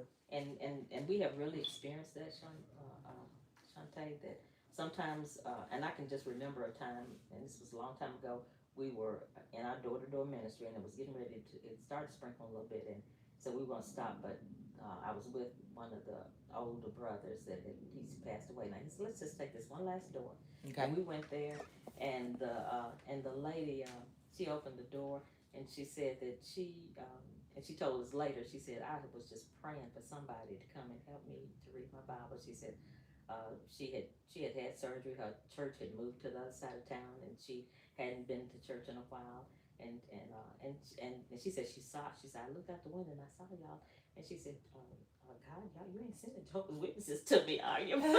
But she had actually been praying for somebody to come. Yeah. And I mean, she accepted the Bible study. She studied for a while.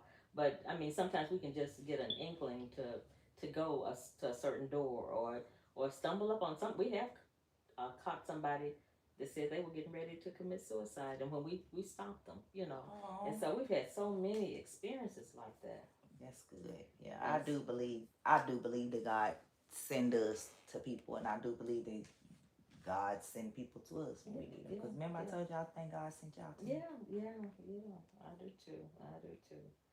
So, and that's I don't think I know. No, right. Because you don't find God; He really finds you.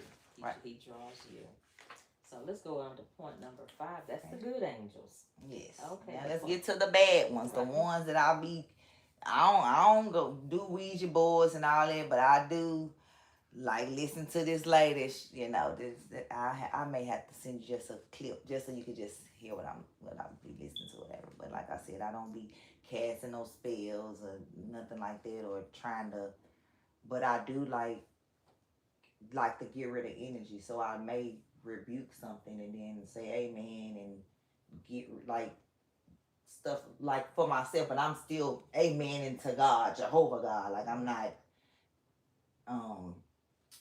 doing rituals and candles and worshiping other things. I'm just saying I'm when I'm reading these things, I'm speaking like, yeah, God gonna do those things for me as far as like things that I won't change in my life and me being stronger, with him, whatever like that. So I'm not looking at it like man is doing this for me or the spirit guys, the heaven mother and father. Who is the mother and father? I'm confused on it. Like it's no. So you get what I'm saying, yeah. So reject spiritism. Okay. Satan and the demons are Jehovah's enemies. They are our enemies too. Read Luke 9:38 through 42 and then discuss this question. And look, a man called out from the crowd saying, Teacher, I beg you to take a look at my son, because he is my only one. And look, a spirit seizes him, and suddenly he cries out, and it throws him into convulsions and foaming at the mouth, and only with difficulty does it leave after bruising him. I begged your disciples to expel it, but they could not. In response, Jesus said, O faithless and twisted generation, how long must I continue with you and put up with you? Bring your son over here. But even as he was approaching, the demon curled him to the ground and violently threw him into a convulsion. However, Jesus rebuked the unclean spirit and healed the boy and gave him back to his father. Okay. So, how do demons treat people? Badly. Exactly. So they are not our friends. They do not want to help us. No. So we do not want to invite demons into our lives. No, we do not. So Deuteronomy 18:10-12. There should not be found in you anyone who makes his son or his daughters pass through the fire, anyone who employs divination, anyone practicing magic, anyone who looks for omens, a sorcerer, anyone binding others with a spell, anyone who consults a spirit medium or a fortune teller, or anyone who inquires of the dead. For whoever does these things is detestable to Jehovah, and on account of these detestable practices, Jehovah your God is driving them away from before you. Okay. So all those that you notice, all those different things, Jehovah does not. Right. Why would you try to burn your child? Like it. And well, and that was a practice way back in Bible times. Some people from in false religious groups would sacrifice their children. Right, and I know God didn't want that, because we saw that when he went up to the mountain, and his son was asking where was the sacrifice, and he was like, God gonna do it, even though he thought God wanted him to, and God stopped him like, no, what are you doing? Right. We don't do that. Right. So yeah. So in what ways do the demons try to influence us and communicate with us? Spells, spirits, fortune tellers, things that make you, especially with your loved ones, because you may didn't get closure with that loved one, and you just want to tell them you love them, so you want to contact somebody not knowing that are you even really talking to your loved? Are they even really talking to your loved one? Exactly. They don't know that. And they're not. So and what practices are common in our area? Fortune telling, psychics, spirit mediums, card reading. It's still popular. It is. Crystal readings, all types of stuff. And in some countries more than here. And some parts of Africa they still have witch doctors. Right, and then in is that in Louisiana, like where they do a lot of witch doctor type stuff and spell casting, and well, they do that in Hollywood too. So does it seem reasonable to you that Jehovah forbids spiritistic practices? Yeah, because I mean, I seem like you playing with him. Like, and Jehovah's protecting you. Yeah, right, exactly. He's protecting us. Just like you said, somebody might, really want to save something to their loved one that they didn't get to. But if Jehovah said that the dead are conscious of nothing, in their sleep, they can't do anything, they can't hear anything, who would you be talking to? The fake dead. A demon. Well, not the fake dead, but I mean, yeah, the demons. imitating your loved one. So he's protecting us. Okay, so we're gonna watch a video now, Okay.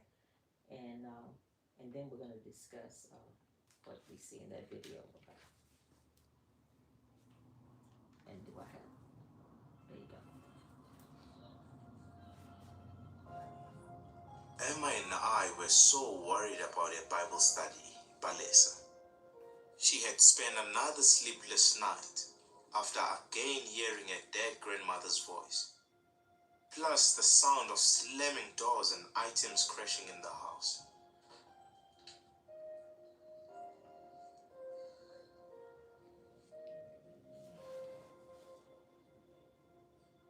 Balesa put an amulet on her baby's wrist for protection, but the terror continued all night long. Of course, it wasn't really her grandmother, and nothing in the house was broken, but the attack was real.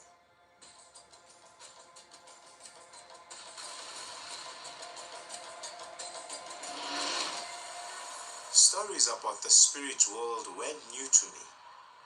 Our neighbors, the people I work with, the people in our territory, almost everyone believes in spirits, whether they admit it or not. No, more than believe, they fear them. I had only been studying the Bible about 6 months longer than Balesa. But my study had proved to me that wicked spirits are here on earth, that they try to interact with people, and that they are dangerous enemies. Emma called the elders for help. She didn't want us to handle the situation on our own.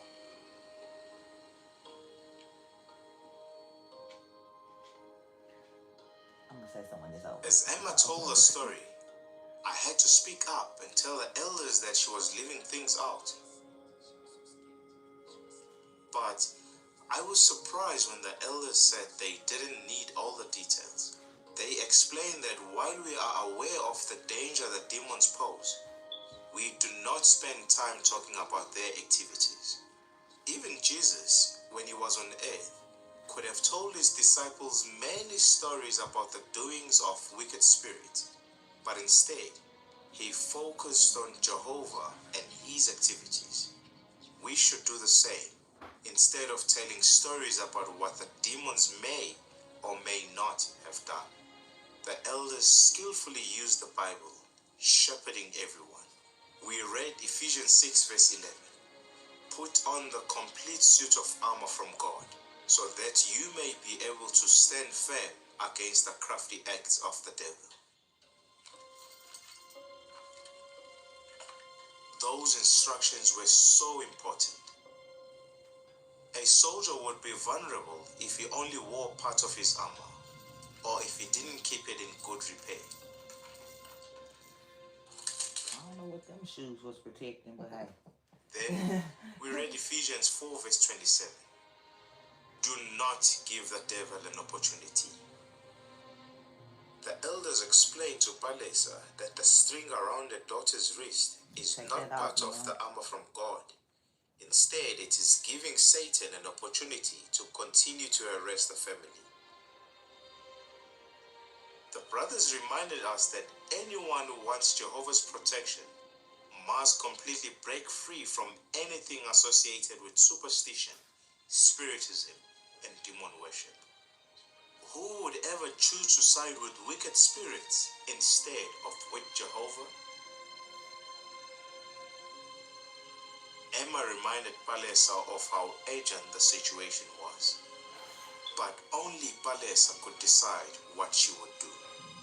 If the baby can't take it off her feet.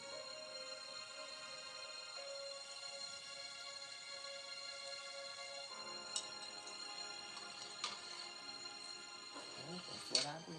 Burn it away.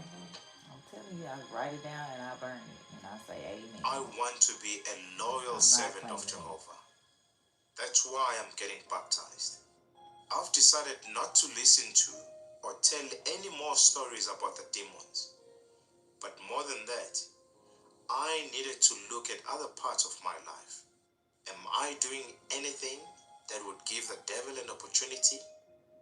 Clearly, there are still changes I need to make. Okay. What were you gonna say? Are those the background actors and all that? They're all witnesses. No, yeah, I know that, Yeah. but I'm saying like the whole like the videos that we watch, the production of them. I mean, clearly they are backgrounds, but I mean I know they are witnesses. But I'm saying like the people that's all in the background. Right. And when I look at that, how I'm an extra. Right. That's, I look at that like that.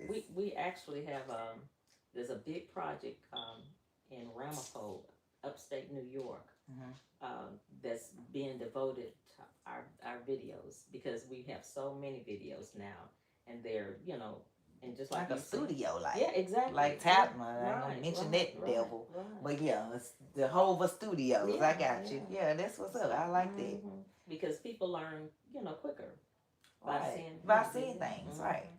So they've gone and they do their research so they can get everything authentic, So yeah, it's a big to do now. I like it. Okay, so do you think that the amulet worn by Palace's daughter was harmful? Yes, even though it was just a little cloth. You what is this cloth? What is this? A rabbit foot? Yeah, what is she was really using it. So do you believe in God or you believe in the rabbit foot? Right. So that's why I don't even wear my crosses no more. I just like so we don't need good luck charms, things like that. No, and yeah, this my like sometimes I'm like, oh, like when people talk about my number, like I seen 11. When I see my birthday, that's my number because I'm a child of God. Like when I was born, like it ain't even a 11 or a 1. It's when I see my birthday in any type of form or way, and it has nothing to do with how horoscope or nothing. Right. It's just how I feel about God and how when I was born, I'm His child, so that's my magic number, 318. And it ain't for me to go play it at the numbers or nothing. Right. I don't do that. I'm just saying, like, when I see that I think about God. Like, but you see how Satan can, just subtly trick people. Yeah. So what did Halesa need to do to be protected from the demons? Stop worshiping and believing in these fake gods. What did she do with that amulet? She burned it. Would it have been okay for her to just throw it away or give it to somebody? It needs to be right for the demon to get there. Exactly.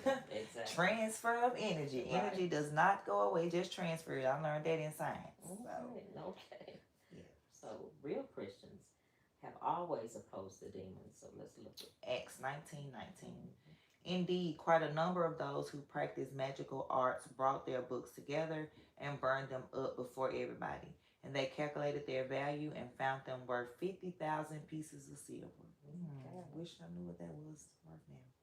Yeah. I got a book in there. It's called Everything About Money, but it's for kids. And it starts off basically teaching them all about money, starting where we started off with the barter system. Like, I give you this for this.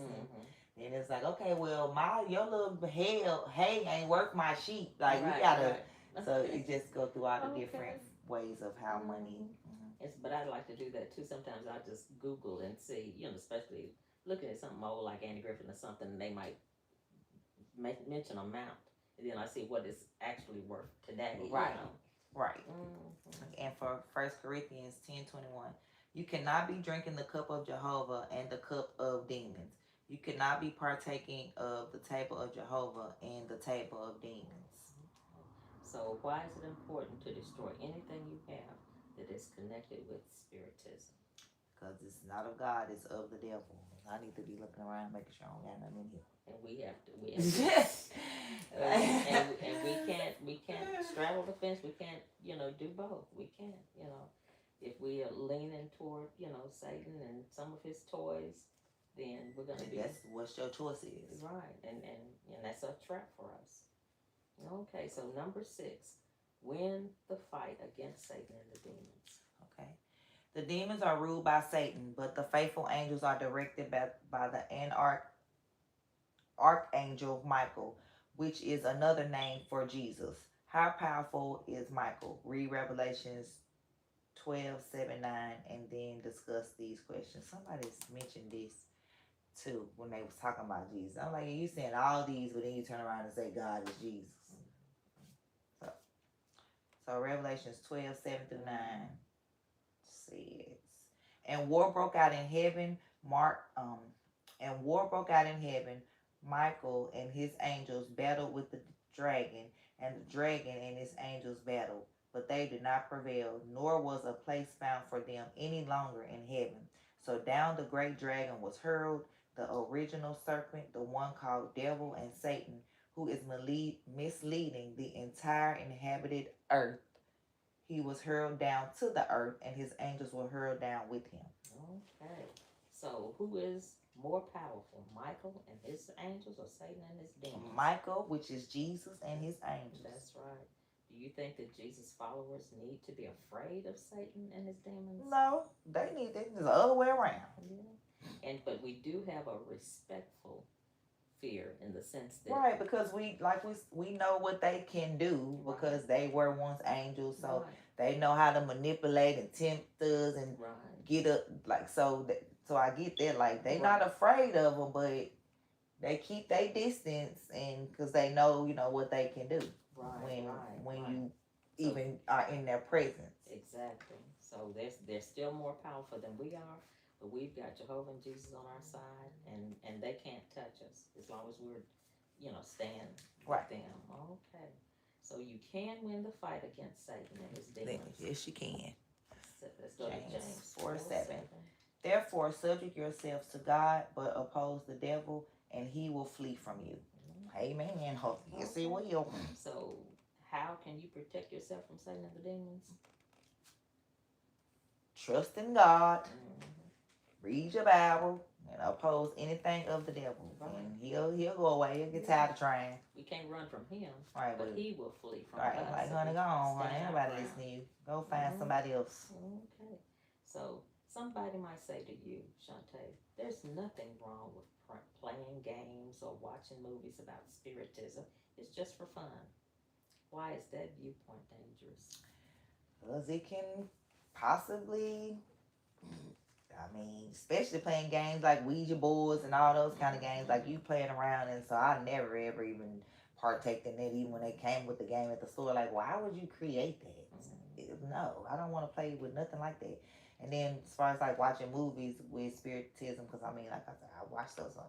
I don't think it's like that movie scares me. So it's like if it's scaring me, like, should I even be watching this? So a lot of horror films and stuff, like I can't even get into them. It's just like this is just gruesome and this is not, so I check my kids there. They love the horror, and I just be like, ugh, y'all shouldn't be watching it. Like, but like that's what the world is doing. They desensitizing our children to stuff like that, so they don't even, when they see death and they not even affected by it. It's like it's normal, but it's not normal. No, it's not.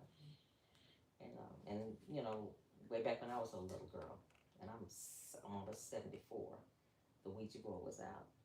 And we didn't know anything about it. It was like a new toy in the store. Right. My mama bought it for us for Christmas, and the thing started moving by himself. Mama took it and threw it in the garbage. It scared us way back then. So so if it's doing it way back then, and they still creating this, even other kind of games. Like I said, like the lady I watched, she had these cards or whatever. They be, and I just. And so some people say, well, I don't believe in that. We need to realize don't believe in what you need to be believing in. It's real. Right. You can't just say you don't believe in it when the Ouija board just moved. You can not believe all you want, but it still moved. Right.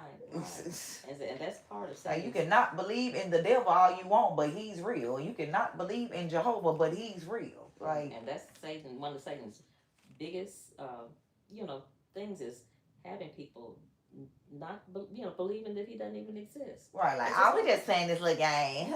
Just like a burglar in the neighborhood. When clearly he exists, because all the evil going on in the world. He's out there because he can do all the damage. He keep on manipulating you. Exactly. So we do have a respectful fear. Stay away from it. So in summary, and you want to read our summary statement? Summary.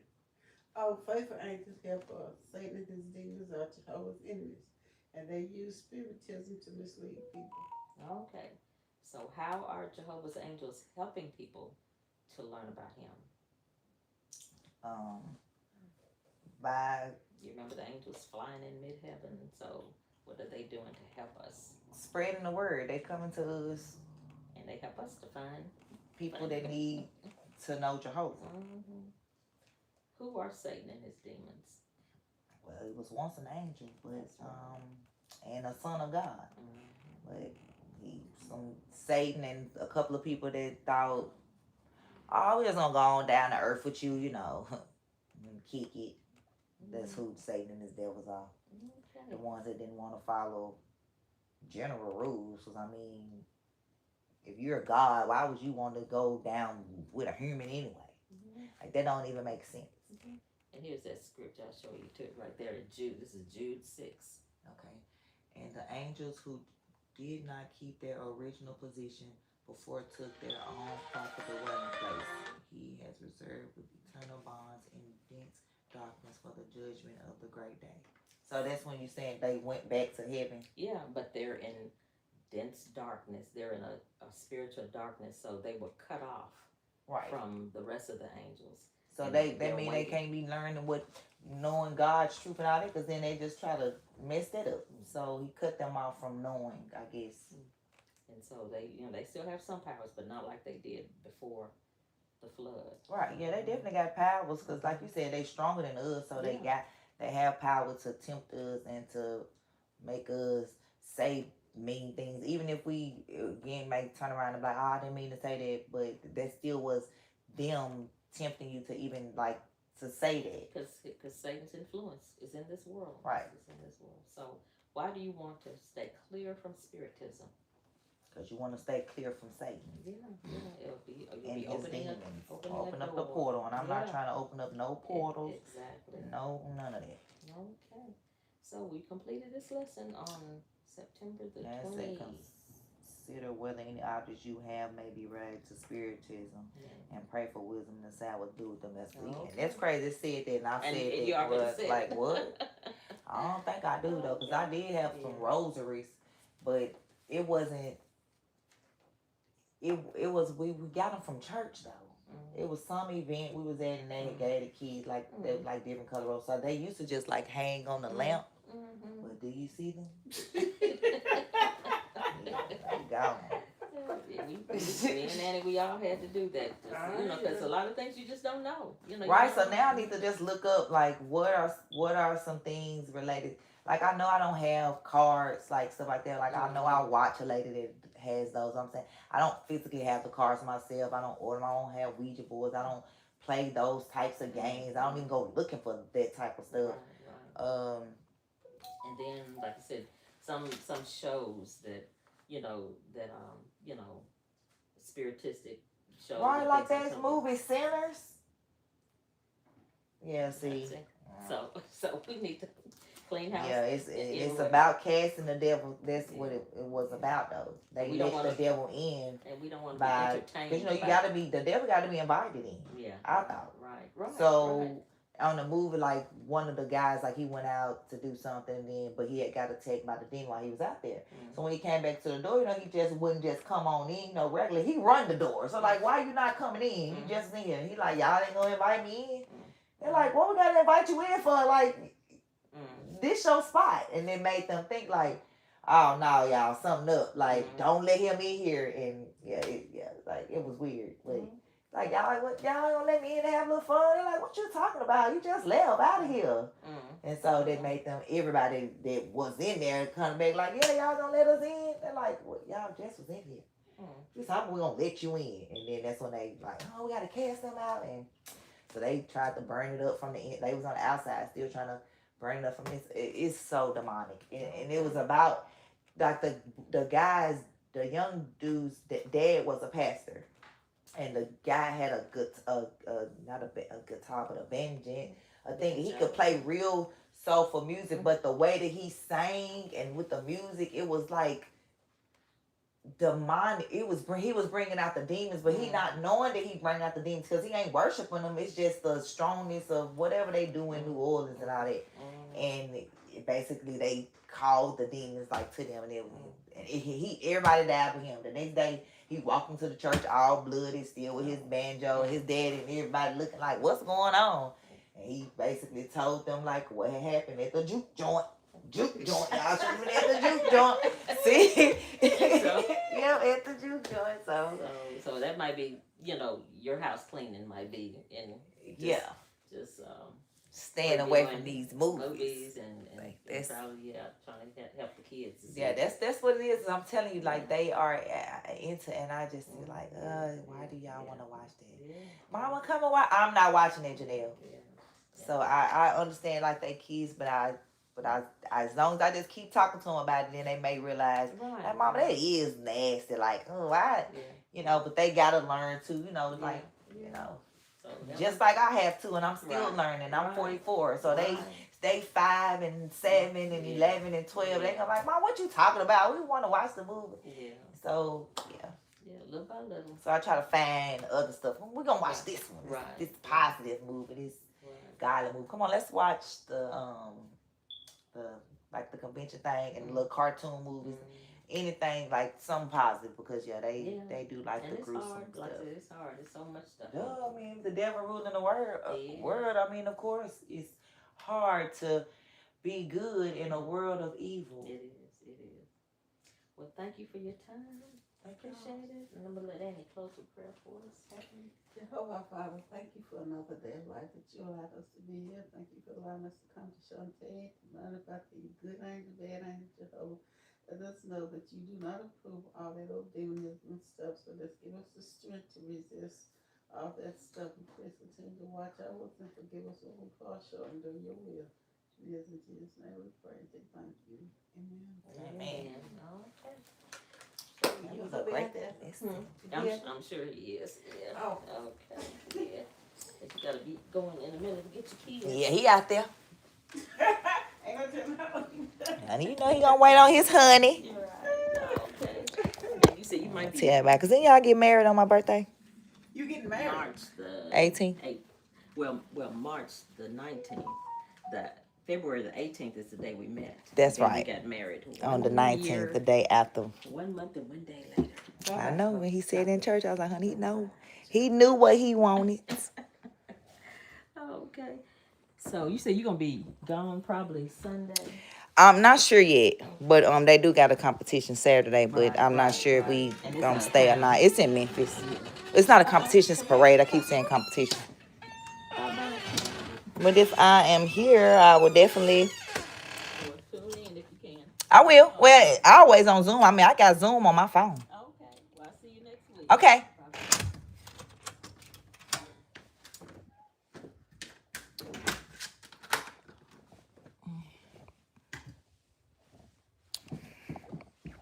See my audience still with me. What you eating? You ain't make me one. You ain't make me one. Yeah. Don't worry about it. I'm finna eat my hot chicken. Okay, y'all. So now today we just learned about good angels and bad angels. We just was talking about all these bad angels walking the earth and fooling us. Well, they ain't fooling me. Let me read y'all comments because I ain't read them. Oh, my son was in here. Oh, wow, he was in here. Hey, son, I didn't see you. You finna report me, really? He played too much. I didn't even know he was in here. Do-do-doos.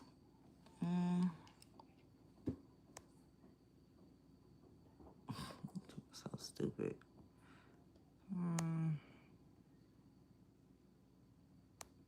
Hey, Platinum Facts. It's always great to see you.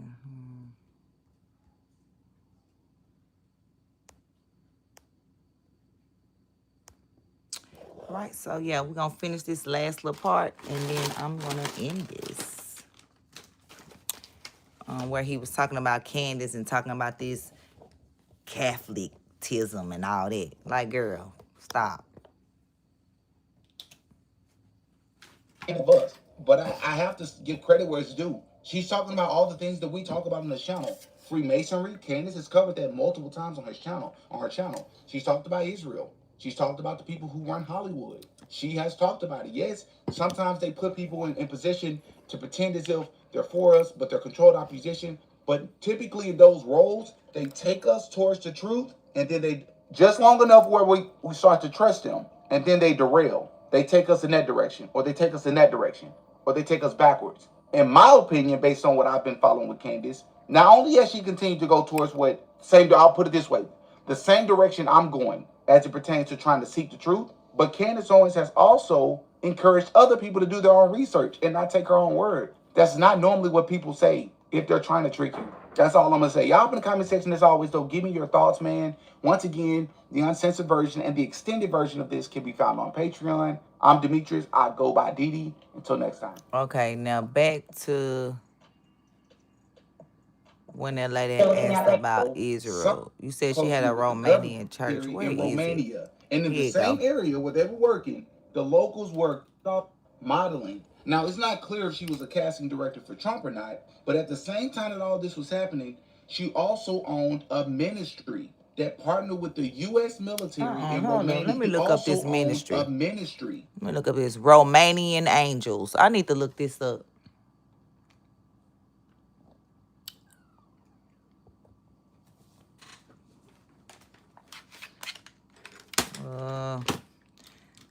Tell me more about Romanian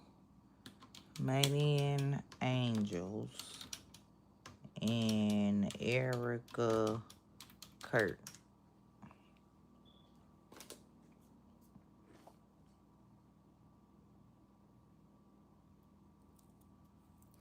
Okay, y'all. So the Romanian Angels, this is what it is. I'm going to read it. It says Romanian Angels was a charity program operating under Erica Kirk's nonprofit Everyday Heroes Like You. It ran from around 2006 to 2011 in Constanta, Romania, and focused on organizing Christmas wish list drives for children in orphanages, partnering with U.S. military personnel and NATO troops to deliver gifts, supporting local hospitals and placement centers like the Antonio Placement Center. Allegations and online speculation. Here we go. After Erica became CEO of Turning Point USA following Charlie Kirk's death, viral posts began circulating with serious accusations. Claims that Romanian Angels was linked to child hotel stays. Y'all know what that is, but change hotel, the word start with a T though. Children playing in traffic. That, yeah. Allegations that the charity was expelled from Romania in 2011, and rumors that children were pipelined to private islands, the UK, and IHOP. You know, that country, IHOP. You know, the one over there where Palestine is in it. Yeah, that one. And it say fact checkers found. Despite the online uproar, no official investigations or charges has been filed against Erica Kirk or her nonprofit. Romanian court records and U.S. State Department statements show no evidence of wrongdoing. Yeah, we know. Yeah, whatever. Yeah, whatever. Of course, they gonna correct AI.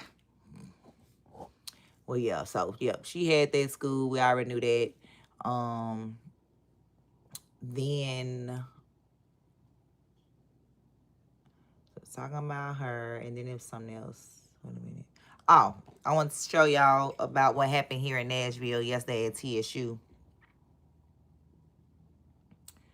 And I'm going to give y'all two perspectives. I'm going to give y'all a perspective of a person that likes MAGA, and then I'm going to give y'all a perspective of a person that doesn't like MAGA. But this isn't about MAGA to me. This is about just being able to have a conversation. Ain't no talking to him. And yes, you ain't no talking to him. That's exactly what I meant. A permit, you know, to go up on campuses or whatever, because for the safety of people, children, even though they grown, they in college, but still, you know. So I do agree that you do need to have the proper permits or whatever to be, up on campus or whatever. But then I also feel that those rules should apply for everybody. And I also feel that if you don't want to have a conversation, that's fine. Don't have a conversation. Keep walking. But don't touch my stuff. Don't touch my stuff. Don't, like, this. You don't have a right to do that. You can disagree with the information I'm sharing, with my sign I got up, but you have no right to touch me or my belongings. And this is what I want to get into, what happened at TSU yesterday. Because I wouldn't want my child went there, I wouldn't have wanted my child acting how these children was acting. Was everybody out there acting like that? No, it was some people that just got on the camera and was like, hey, yeah, check me out, But then a lot of other people, like, y'all wanted the people to leave, let them leave. They literally had to fight their way to leave campus when y'all wanted them to leave. So, y'all probably like, what you talking about? And so this is a person that he's straight MAGA. And I disagree with a lot of stuff, some of the stuff that he says. So I'm just going to let y'all know. Like, I did vote for Trump. I'm a little conservative. I'm not straight MAGA. I'm make America godly again. I don't know about making America great because I don't know what the hell they even mean by making America great. Which great are you referring to? So I'm just make America godly again. That's what my MAGA stands for. But anyway, he said there's no talking to demons. So this is what he called the students, demons. And like I said, I'm going to let y'all see his little bit. I'm going to skip through it, and then I'm going to take out to somebody that's like a more liberal supporter and let y'all see like what they had to say as far as what the students did. Ain't no talking to them, bro. Y'all stay over there. We stay over here. You know what I mean? Kirk and whomever else are way better than me. Well, I'm not going to say better than me in that regard because I could see myself doing the same thing, creating a space to discuss things with opposing perspectives, but it ain't no talking to them. Okay, let's the time. That's a waste of effort for what? What's this logic? This logic that you can't talk people out of extremism. There's no talking to any of these extremists, these evil out of their frame of mind until they take their own journey to do it. And not gonna sit here wasting my time trying to take them out when they not ready to have that conversation. If you're not willing or you're not interested in that discussion, that's fine. But saying that there's no way to talk people out of forms of there is a way. There's a way. I'm just saying I'm not signing up for it. You can. I'm not. Okay. Right? Because logically, there's no point in trying to engage in conversations with these heathens because they're not trying to talk. Right? And if you aren't aware, I think they go by the name of Fearless Debaters or something. And this another thing. I want to also point this out.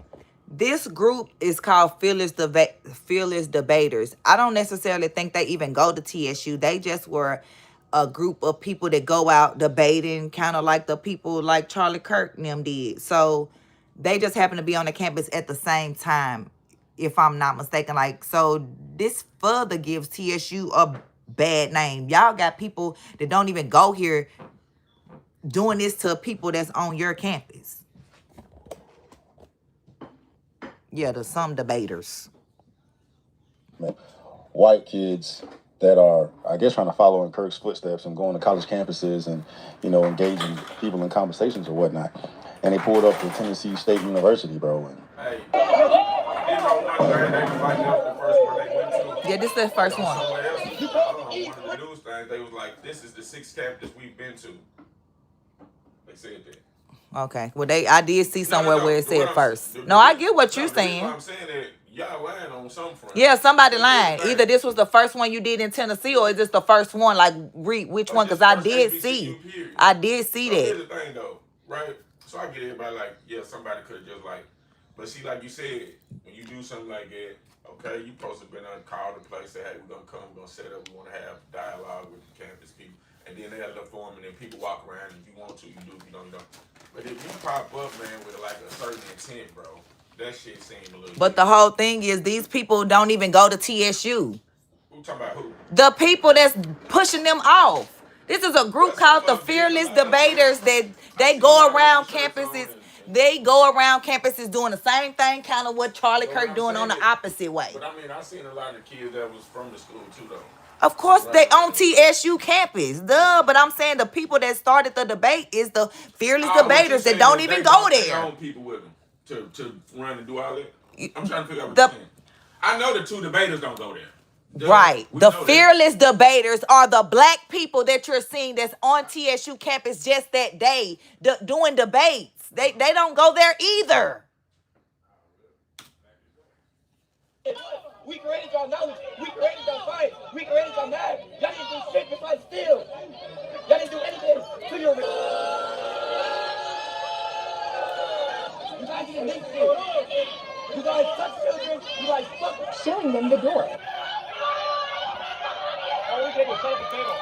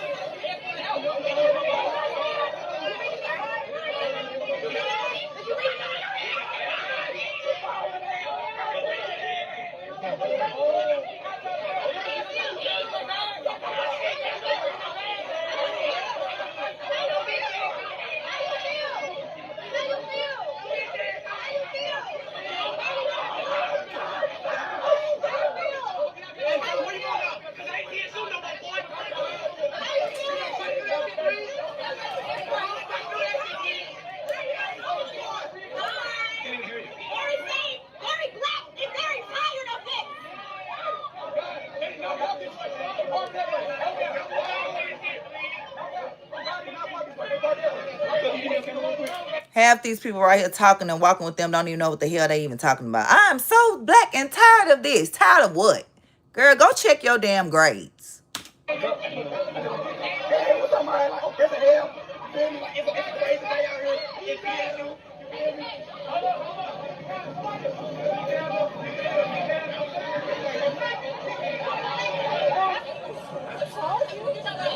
We walking them to the door, y'all. I don't even know how they got on campus. We gonna figure that out, but I don't know. They need to get like a trespass, like penalty or something because setting them off. Is I show speed? Did he get a trespassing? That'd be the whole thing that I be talking about. If everybody need a permit, then everybody need a permit. I show speed was just on their campus a couple of weeks ago. I was up there. I didn't have no permit, and I showed up on their campus to get a video. I show speed. I didn't get a permit. And they acted just like this with him. And I got video proof to show you. Without audio. Because without the audio that I put over it. Because I want y'all to really see how they was acting up there. The same way. Even got the wind knocked out of me by the security because he trying to get the hoodlums out the way because they beating on the car, beating on the truck, doing all that. Okay, he can see y'all. Y'all don't got to do all that to get his attention. And that's why he left. That's why he hurried on up off of campus. And went right back with the white folks to Jolson, Tennessee, and then downtown Nashville with the white folks the rest of the time. Then went to Memphis the next day and said Memphis was way litter than Nashville. I bet it was because you wasn't around no black people that knew how to act in Nashville.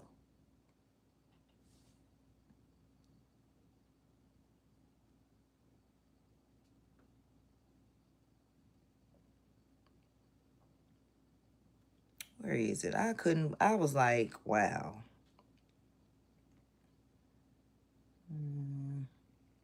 Because I did a reel, but that's just a short version of the video. I want y'all to see the full version that my son girlfriend sent me from when she got it's the part where you see me in it in the video. From her angle. And then I'm going to show my angle where I was recording. Here you go.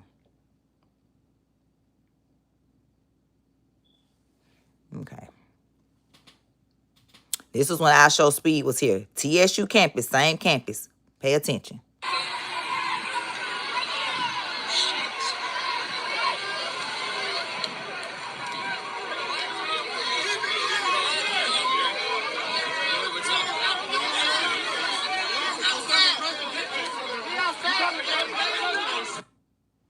Wait a minute, that's just one little part. She sent me a little clip. Here go the rest of it with me walking up to the car.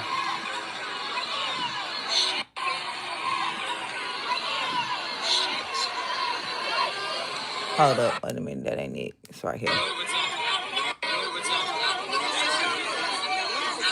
That's me right there with the red, right there. Wait a minute, right here.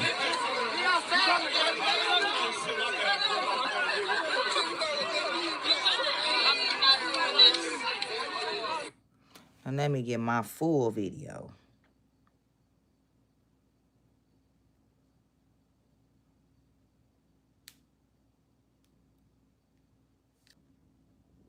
Hold up. The video, I can't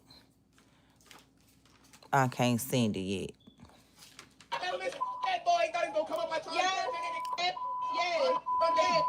Good job, TSU.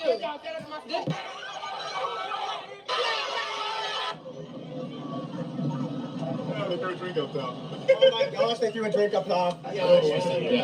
Oh, whoa. Did somebody just throw something in the car? They just tried to hit the car. Whoa! That was loud.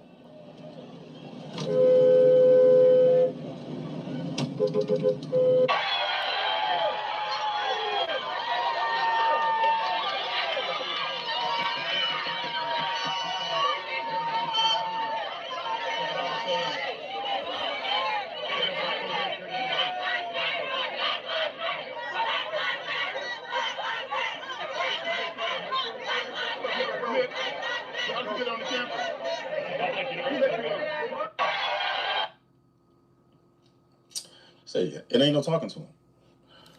Right? It ain't no talking to him. Okay, so that's his. And then let's see what the NAACP, what Tennessee State said. They said today, September 23rd, which also supposed to be Rapture Day, at 3 p.m., a group called themselves Fearless Debaters appeared on the campus of TSU. They wore Make America Great Again hats and carried poster boards bearing inflammatory messages such as deport all illegals now. Okay, deport them. And DEI should be illegal. It is because the DEI women, I know, yeah. Because DEI should be illegal because white ladies is benefiting from it before everybody. So, okay, I agree with both statements. They attempted to draw students into conversations centered on these messages, which were from. But that's non-existent. I get what you're saying, but I'm saying they on the DEI the same way the other Kirk was. They ain't doing it how you want. Right, but that's the point I'm trying to make. They're both fucking wrong. They wrong and Kirk wrong. And I would debate them and Kirk if he was here. Like, what are you talking about? There's written proof that white women benefited. Like, they can speak out of their mouth all the fuck they want, the lies. When it's documented. Right, that's what I'm saying. So to go even talk to them about this bullshit, like, why waste time? Right. Y'all just gonna be going back and forth, like, they gonna believe why you, like, fuck this. Is your bladder leak pad designed for comfortable, worry-free sleep? Try Poise Overnight Ultra Thin with Wings. The thin, absorbent materials provide up to 12 hours of wetness protection, while stay-in-place wings help prevent shifting and bunching. Try Poise. Cover us in mud, not dozen come on. perfumes. Woo! Clean deep with new Arm & Hammer.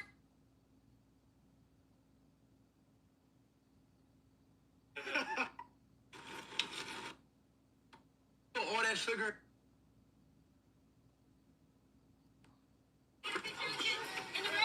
The bread. Oh, sure. Yo, Jamal, she want a picture. No, it's over.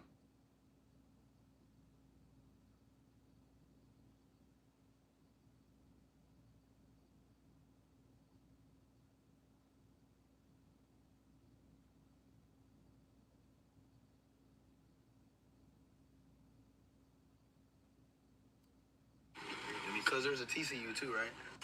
Oh,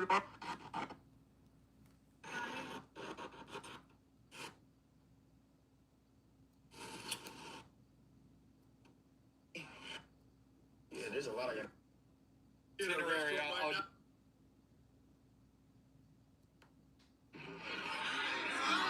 Email.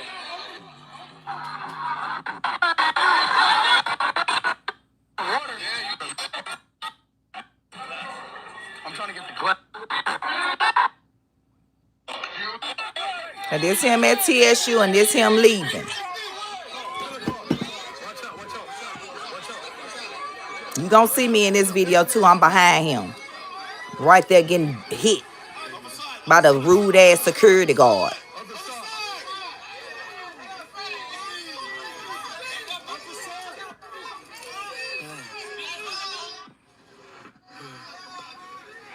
Watch me right there. Right there trying to tell security, like, why the fuck are you pushing me like that?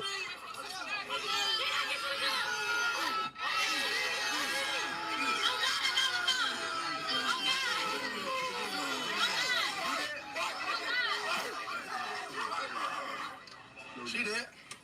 She did. Wait. She did give me the gun.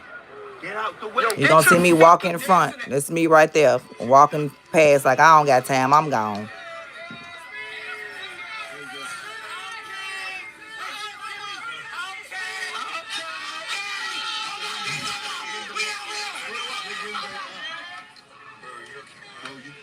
I'm keeping it up. And same way. Ain't they doing the same thing? Oh, they go, oh, they wanted to see I show speed. That's different. No, they still acting like animals. He's in a backpack. Can you get that? Location 12. Yo, 12? Are we lagging?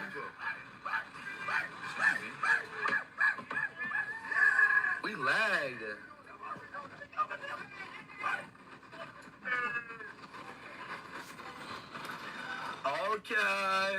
Okay, so acted the same way. All right, like animals. Now let's see what the people is doing at the table.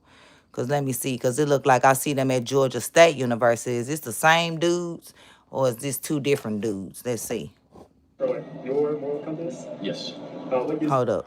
Two, or whomever this group is, have already had successful debates at other college campuses.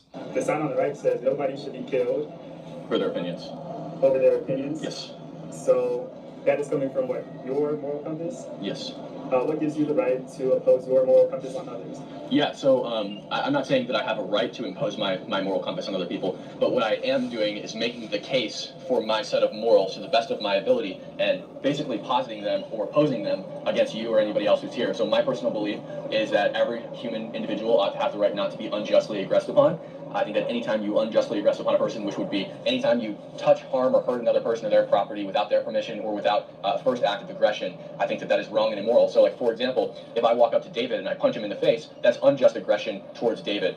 If David punches me in the face and I punch him back, that's self-defense. I'm justly aggressing him in response to his unjust aggression. And that's what guides most of my moral principles. Of how much due process you get at some point if you... Let me say this, y'all, real quick. We're going to keep talking. We're engaged in civil debate here. Do not need to be debated about. If y'all believe in something, stand for it, walk away from it. Hey, give him a mic. Can you come up to the mic and discuss it? Okay. That's a good example of not liking public discourse, right? At the end of the day, Kim and I may have a difference in opinion from you guys, but America's literally founded on the idea that we can disagree publicly, peacefully, and do so. And we want all of you to have a voice. That's why we're here. That's why we put a mic in front of you guys and give you the opportunity to come up here and speak in front of a lot of people. There's a lot of people watching at home. Right, if you don't want a voice, keep walking to class. Yeah, so I'm sorry you got cut off. Could we talk about like maybe abortion and that kind of thing? So I'm assuming you're pro-life. I might be wrong. I am, yeah. Has it got us both in the frame? Yeah, I got one. Okay. Can I ask why? Like. Yeah, I'm pro-life because I think that out of a necessity to protect self-interest. Why is he pro-life, girl? Your mama, you here, you're living. Did you ask your mama why she pro-life? Why did she have you? Interest of others, out of a necessity to protect self-interest, the interest of others, I think every genetically distinct human individual ought to have the right not to be unjustly aggressed upon. I think that any time you add a qualifier to a fetus, that qualifier will likely justify killing a born person. So, like, for example, if you say it's just a clump of cells, it's small, well, there are little people. We can't kill little people. If you say, well, it's not really mentally developed, okay, well, there are also people alive that are mentally developed. Like y'all that want to kill your kid after you knew what you was doing when you laid down and had unprotected sex with somebody that you didn't want to sleep with. You just want to sleep with your homegirl boyfriend because it looked good at the time. Now you're pregnant by him and you don't want the baby, so you want to abort it. Kill them. So I think anytime you add a qualifier to the baby, it's going to probably justify killing somebody who's already been born. Okay, there's a few points I want to make. Oh gosh, sorry, I'm like really kind of trying to rack my brain here. You're good. The first one is I think that if we were to Roe v. Wade and be like, you can't like have an abortion, whatever. I think that leads into a few other problems that are like a little like iffy. For example, like let's say in like a hypothetical situation, obviously like, you know, you get into a car crash with somebody else. Let's say that you're completely fine, but that person needs your blood or else they're gonna die, right? Under law, and it was completely an accident, whatever, in this hypothetical situation. Under law, I have the right to tell them no, because it's my bodily functions being used on another person to keep them alive. I can tell them I don't want to do that, regardless of like what you think is like morally right. If we were to apply that same thing with a baby, in your case, a fetus, whatever. Girl, you can't even apply the same thing because you was in a car wreck with somebody that you didn't even come into this world with. You are pregnant with a baby that's in your body. What are you talking about? That ain't even the same comparison. If I was in a car wreck with somebody and they needed my blood, I could tell them no because it's my blood. Well, you shouldn't have laid down and got pregnant then. That, at the end of the day, to its core, even if you want to constitute that as a life, it is a human using my bodily functions without my consent and not. Y'all hear this?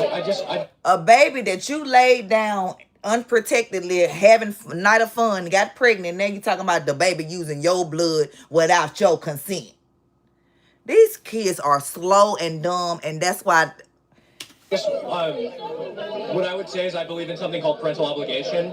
I think that all parents have an obligation to the child that they've caused to exist. It didn't ask to exist, it didn't want to exist, it only exists because the parents caused it to exist. I think both of those parents have an obligation to keep their parent alive, or their child alive, and that's why they are obligated to give their bodily resources to the baby, but you're not in the case of a car accident.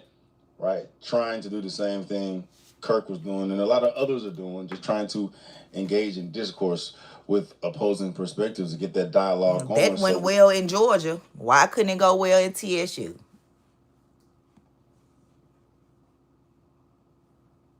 Now let me take y'all to somebody that watched that video, but they are not for Kirk. And like I said, you don't have to be for everything that he said. For I ain't for a lot of shit that nigga said.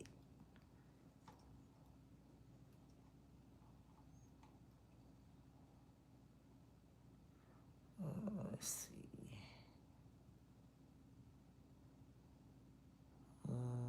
Where is it?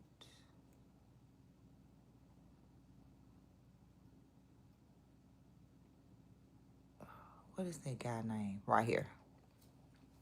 His name is the Amazing Lucas.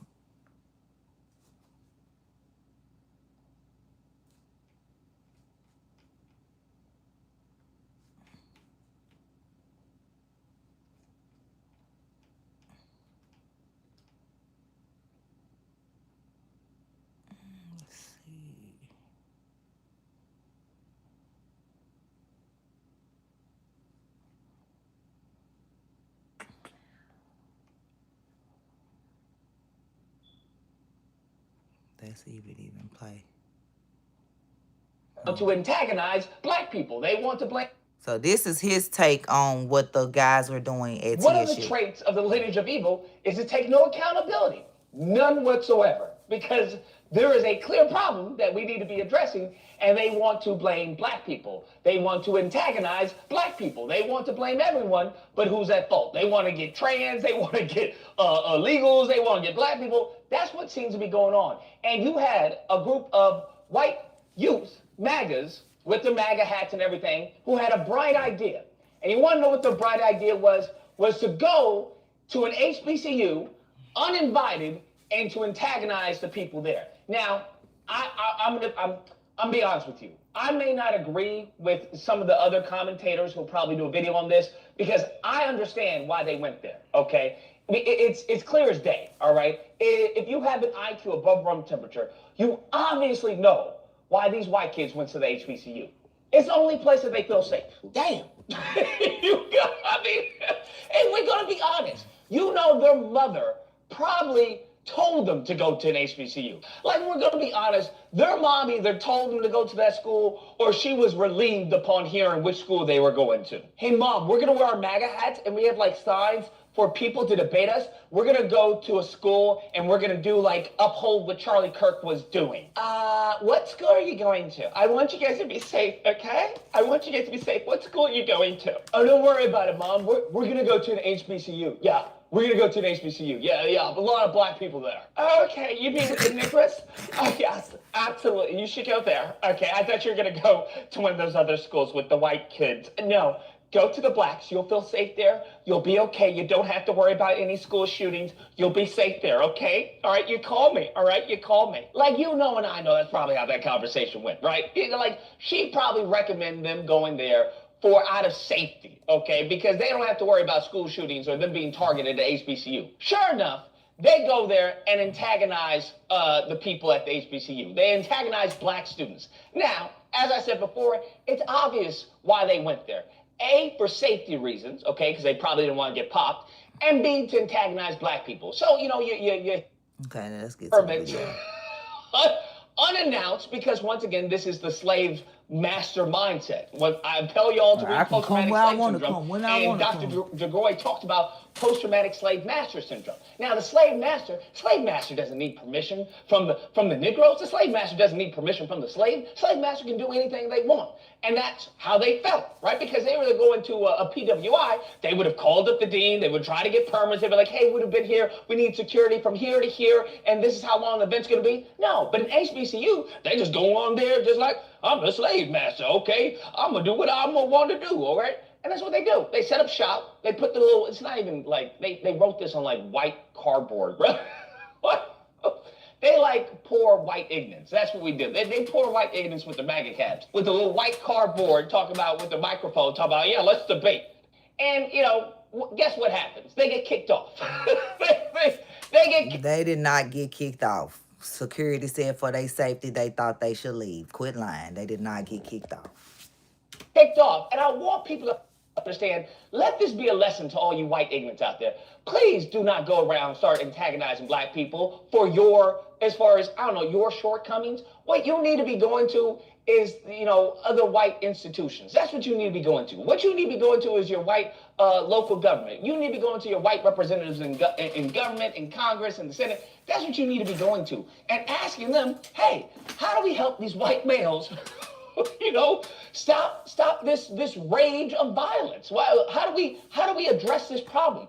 Maybe we need to give them all, you know, women upon them being born or upon them, you know, hitting a certain age, like little Timmy is given a girlfriend by the government. Something, bruh, right? Because I mean, there seems to be a commonality between all of them is that they're incels. So I'm like, if the government, and I'd be all for it, okay? I'd be all for it. If the government were to like clone women and give little Timmy a girlfriend upon his, I don't know, 10th or 12th or 16th birthday, because they starting young, bro. They like we saw the person who popped Charlie Kirk.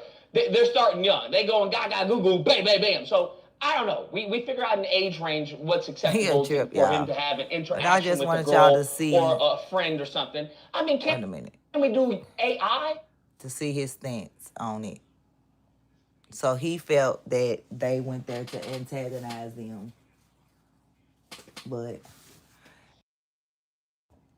if they went there to antagonize them, then their signs would have been like, all black people need to go back to Africa, and black people are have a low IQ. Like, that's what I thought. That's what the sign said, to pour all illegals. Are y'all illegal, black TSU students? And the other sign said DEI should be illegal. Where it should be, because white people and gays and Asians and every other nationality other than black people benefit from it. So, yeah, let's argue both of those. Right, Kellen. It's a college you're supposed to air our differences. Right. That's what I thought. Well, now they just air out guns and shoot up the place. Like, that's what they do now. They ain't learning nothing in the books. They probably don't even open up their books. Because that's not what they're going to college for. They're going to college for the girls and for the boys. And for the boys and boys and the girls and girls. Yeah. So, pray for this world. And then the fake rapture that happened on TikTok had everybody worked up. Glad I wasn't on TikTok. which I wouldn't have been worked up anyway. Like, for anything, I would have been frequency, that's your trying soul. to find somebody to gift me something if they thought they was going to leave us for the rapture. Yeah, so all the Christians that thought the rapture was the 23rd obviously do not read y'all Bible. Y'all don't. Y'all don't.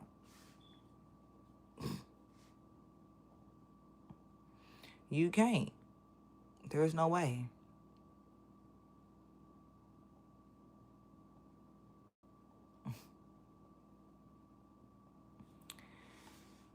Yep, there's no way you do. There's no way.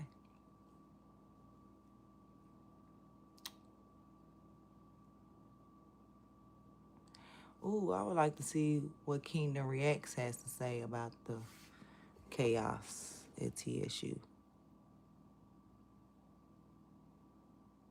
Who missing?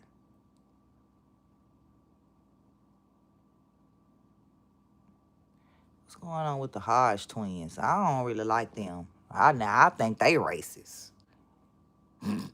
Yeah. Hey, Ellen. Let's see what this person's saying about, because y'all know our video was Who is Erica Kirk. So we learned today in our Bible lesson about good angels and bad ones. Grace and peace to those who do the will of our Father Yah in heaven. I was scrolling through X recently and I saw a couple things that piqued my curiosity. I can't really draw any conclusions except for the fact that there are a lot of strange coincidences. Let me pause this. And it's crazy because, like I said, when she did her 20-minute speech or whatever after Kirk had died, I was boo-hooing her. I was crying hard. I was just in so much pain because I just could not be like, this world is just so evil. Just from the comments, whatever. But whatever, I guess you can say what you want to say. He was saying what he wanted to say. But then I couldn't stop looking at her eyes. Like, this looked like the devil. Like, I don't even know how the devil looks. But her eyes, it was something with her eyes. It was something in her eyes. I was like, is this the Antichrist? Is this lady trying to lead us to our demise? Want us to stay here, hell on earth, with him? Yeah, and so I guess I'm not the only person, because this video right here, Erica Kirk's snake eyes, is something off with these eyes. What follows is clips of interest. Like, y'all can't tell me that don't look like the devil. I'm reminded of a famous expression. The storm whispers to the warrior that you cannot withstand my strength. And the warrior whispers back, believe everything except your eyes. Erica is the storm.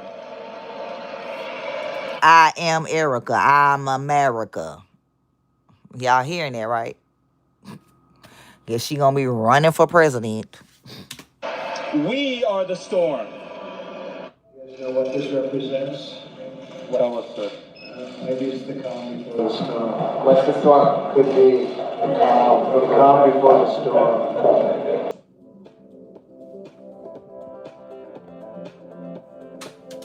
Y'all see that? In the film, in the 1998 film Snake Eyes, the Secretary of Defense, Charles Kirkland, but we're going to just say Charles Kirk, is assassinated by a gunshot to the neck. Keep watching. Again, this video don't get that many views. I know why.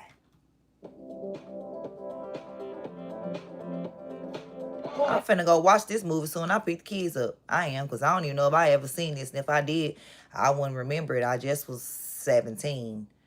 So I probably didn't watch it. But I do like Nicolas Cage. So I'm definitely going to watch this movie. So the structure looks like a Masonic temple, and there's a lot of symbolism in the image with the all-eyed seeing eyes being the most blank. That eye right there. Keep looking, y'all.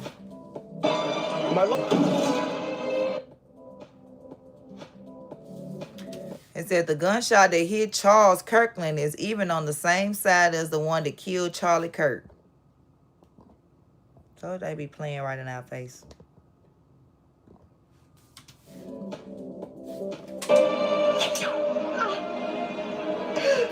The woman in the white is a protagonist in the film. It's an odd coincidence that Kirk's widow has been wearing white lately.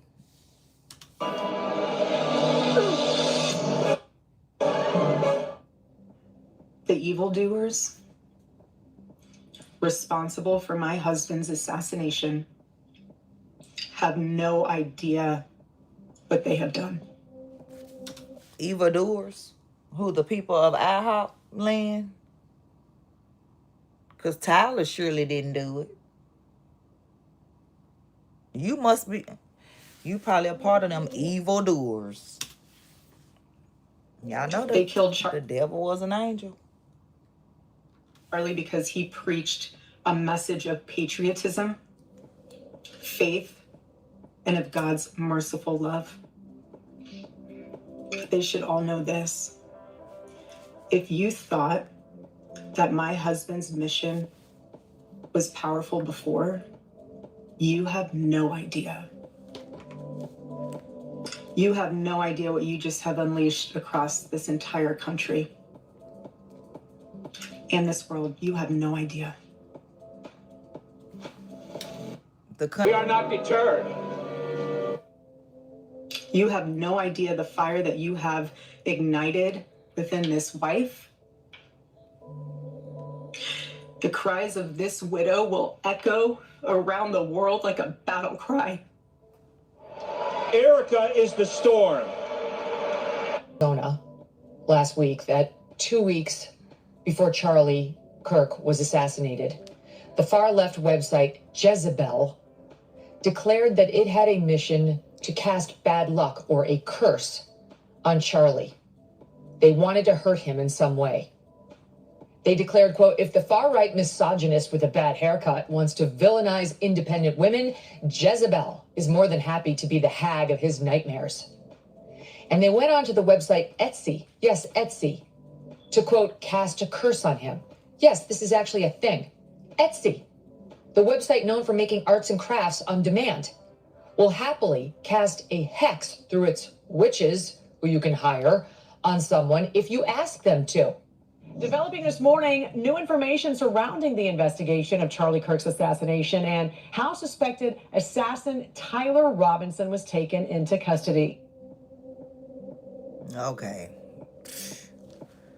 It say in the movie film Snake Eyes, the boxer who took a dive the moment Charles Kirkland was assassinated was named Tyler. He went down as the people who orchestrated the assassination blame a terrorist for the killing. Y'all hear that? All right. I remember this movie now. I remember it. I freaking remember it.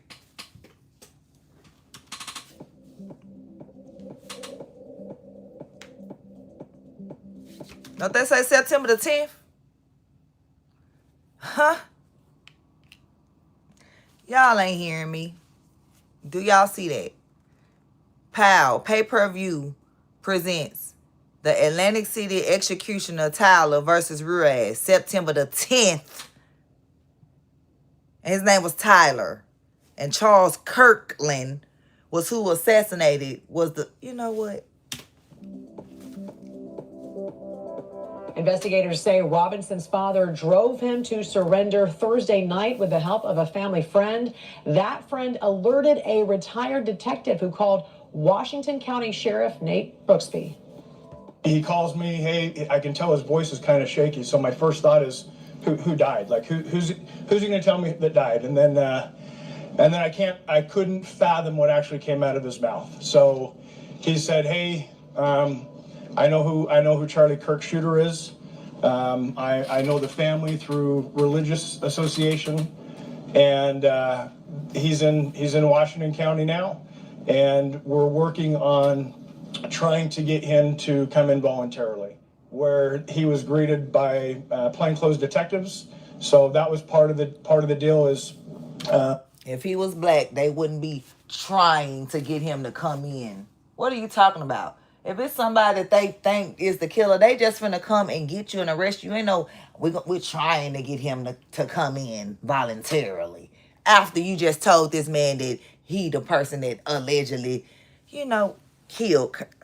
Tyler knew it was just inevitable with all the law enforcement pressure that his picture in the news, the gun on the news. He knew it was inevitable that he would be caught. That of Israel, of IHOP. Crazy how this movie is referencing Israel. Lord. Investigators say they have mounting evidence against Robinson, including DNA and ballistics. His family says the past few years he had become very angry and hateful against Christians and Christian principles, with a far-left political ideology that his transgender boyfriend also promotes. Weeks after those curses were requested and cast, 2 days after Jezebel published that article, Charlie was killed by an assassin's bullet. Erica and Charlie Kirk heard about these curses, and that news genuinely rattled Erica in particular. Did it? She knew Christian teaching on the subject. She loved Charlie, absolutely. And she was scared when she heard of the curses Jezebel had called up. So much so that she and Charlie contacted a friend, who I believe she said was a Catholic priest, but definitely a friend, and asked him to come over and pray with them over Charlie. Y'all should have just prayed over y'all self. But okay. Because Catholics believe that God and Mary married, and they did not.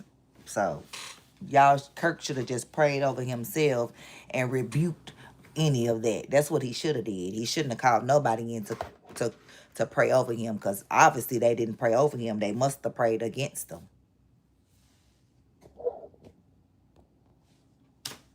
The night before he was murdered. Well, it looks like Tropical Storm Jezebel just may be a... Jezebel. And y'all hear this? All this is in that movie. Y'all need to go watch the movie called Snake Eyes with Nicolas Cage. It came out in 1998. So Jezebel is the leftist liberal news outlet or website that published that they put a curse on him or whatever. Now she reporting in this movie, the tropical storm Jezebel. So we done heard Jezebel in this movie, Tyler, Charlie Kirk, September the 10th, shot in the neck, IHOP, aka, that country over there that got Palestine in it. That one. Palestine, my bad.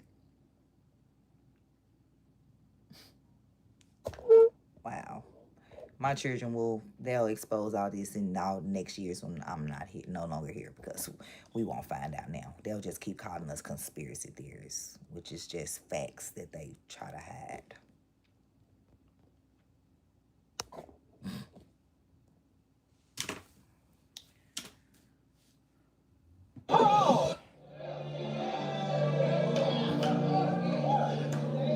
I see a president that shall come, and this is not to speak bad about this one. There is a president who will come. And God says he will have absolutely... And this happened in Nashville, y'all. Nashville 2011, y'all. I'm living Nashville, y'all. Listen to what this pastor say. I don't know if I ever heard this. Let's listen. No fear. Absolutely no fear. Will be decisive, make decisions. And then in the middle of the restoration of America, rapidly, because of a source of energy that shall come quickly. In America, Nation of the Goddess, Alan Butler tells us what yoni symbols are typically most significant. There is no more potent symbolism for either the goddess or the sacred feminine generally than the diamond in the Vesica Piscis. So in this figure here, we have the symbols representing the divine feminine. We have, Well, we definitely saw Charlie throwing it up in one video he was on. the diamond shapes, the inverted or down pointed triangle, the Vesica Piscis that are two circles overlapping, a form of Yoni Mudra, which is what most people call the OK or the 666 hand sign, as covered in previous chapters. Forming a ring with any of your fingers creates the Yoni hand sign. You can do a combination of the devil horns with the Yoni Mudra or any variation. But touching the finger to the thumb creates the Yoni, the whole, the Yoni Mudra, the divine feminine symbol. And here's another Yoni hand sign. And you have the mandorla shape, which is the sort of oval or almond shape, where you will often see the Christ figure inside the womb or inside the passage, inside the divine feminine. And here you have the Ordo Templi, I'm sorry, I forgot the name right now, but you have multiple divine feminine symbols inside of that divine feminine symbol. As to what the Yoni hand sign is used to signal, Ward says, I want to scroll down here, the initiate is informed that he is a brother of every other member of the Hung Lodge because by the ceremony he has been reborn from the same womb, and they speak of their lodge as their mother, just as a European might speak of his mother city, from page 161. The mysteries and the lodges where initiates take part in the mysteries are metaphorical wombs. I never met anybody else with her. Did you get a name? And God says, listen to me. As the beginning of the restoration, as it begins, there shall be a woman that shall rise up. A woman that shall be strong in faith, virtuous, beautiful in eyes, and her eyes shall be so beautiful. Her eyes shall be round and big. I have crowned her, says the Lord, as I crowned Esther. And the people shall receive her, for she shall have the oil of gladness for the pain and the mourning that is taking place. And she shall pour out the oil. Is there some oil here, please, Marty? Is there some oil? She shall pour out the oil on this nation. And God says healing shall begin, and then it shall flow rapidly. Schools will be free from potential damage and danger, shootings and murder, drug addiction. Cartels shall be afraid of a woman anointed by God, a woman set aside. And God says they will say we hated her, but now we love her.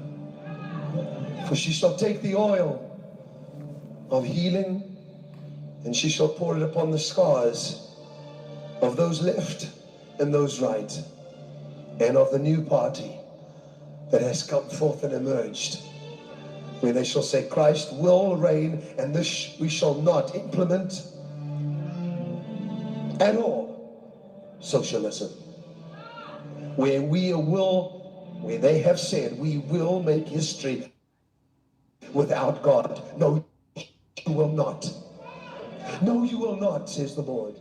Therefore, the healing that is necessary for this nation shall come at a time in the middle of the presidency. There shall be a woman that shall come. And God said there shall be oil that shall be poured upon the nation. And they shall suddenly feel the healing. And they shall say, it is well with my soul. It is well with our soul. For the soul of America has been corrupted. The soul of this nation has been corrupted with bitterness and anger. And God said she shall say, no more bitterness, no more anger, no more division, and shall pour the oil that shall come from the Spirit of the Lord himself. If you as a nation believe it, if you want this, lift your voice and shout one more time. My husband, Charlie,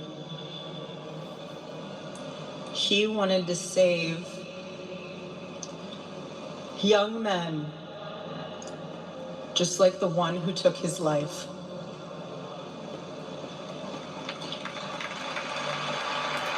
Just young men? What about the women? And where are the tears?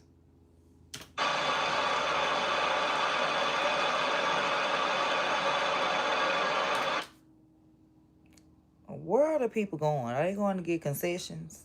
Did they have concessions at this funeral? 80,000, 90,000 people? Somebody said it was CGI. These people play too much.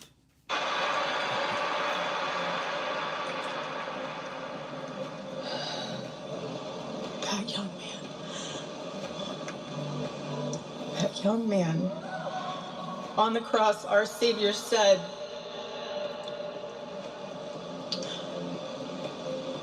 Father, forgive them, for they not know what they do. That man. That young. If she was a real follower of God, she wouldn't even have this cross on, because in the Bible, God says you don't need none of these things to worship him. Man. I forgive him. Girl, where the tears at?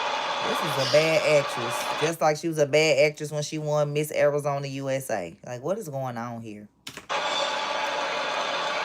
The people in the audience crying, though, because they think she crying. But she not. That's why they turned the camera to the people in the audience. Look at him. He said, wow. Wow what? Mascara ain't messed up nowhere. I forgive him because it was what Christ did and is what Charlie would do. The answer to hate is not hate. The answer we know from the gospel is love, and always love. Love for our enemies and love for those who persecute us.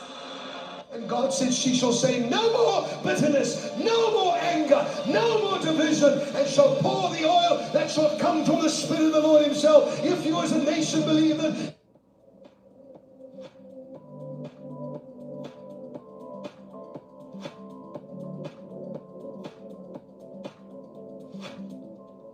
I don't know if that's I love you or the snake eyes, but okay. You got nothing, kiddo. Or the devil horn. Snake eyes. The house wins. Mystery Babylon Unveiled. Lucifer, the Queen of Heaven, brings to light Bible scriptures which prove that. All right. That the one known as Satan, the devil, and Lucifer is in fact a woman. Wow. It reveals how she is identified in the Bible as the Queen of Heaven and the Great Whore of Babylon. This book also brings forth incontrovertible historic evidence confirming that Lucifer was worshipped in the earliest recorded history as the Great Mother Goddess, and that she is still worshipped as such within the halls of secret societies today. Discover where the world's worship of the goddess began and where it is hidden within the pages of this book. Mystery Babylon Unveiled, Lucifer the Queen of Heaven is available in paperback and ebook at all online sellers. If your local bookstore or library... It would make sense if Satan was a woman. He was able to take a third of the angels. And...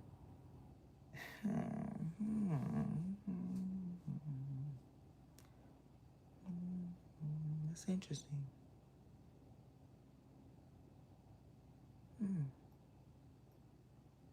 That was interesting. Well, yeah. I want y'all to just see that and want to talk about our eyes. But yeah, y'all go check that movie out.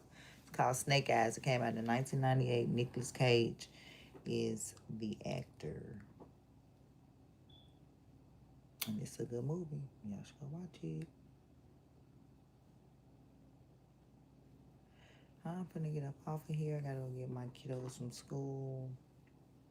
I'm not gonna stay live while I'm getting them.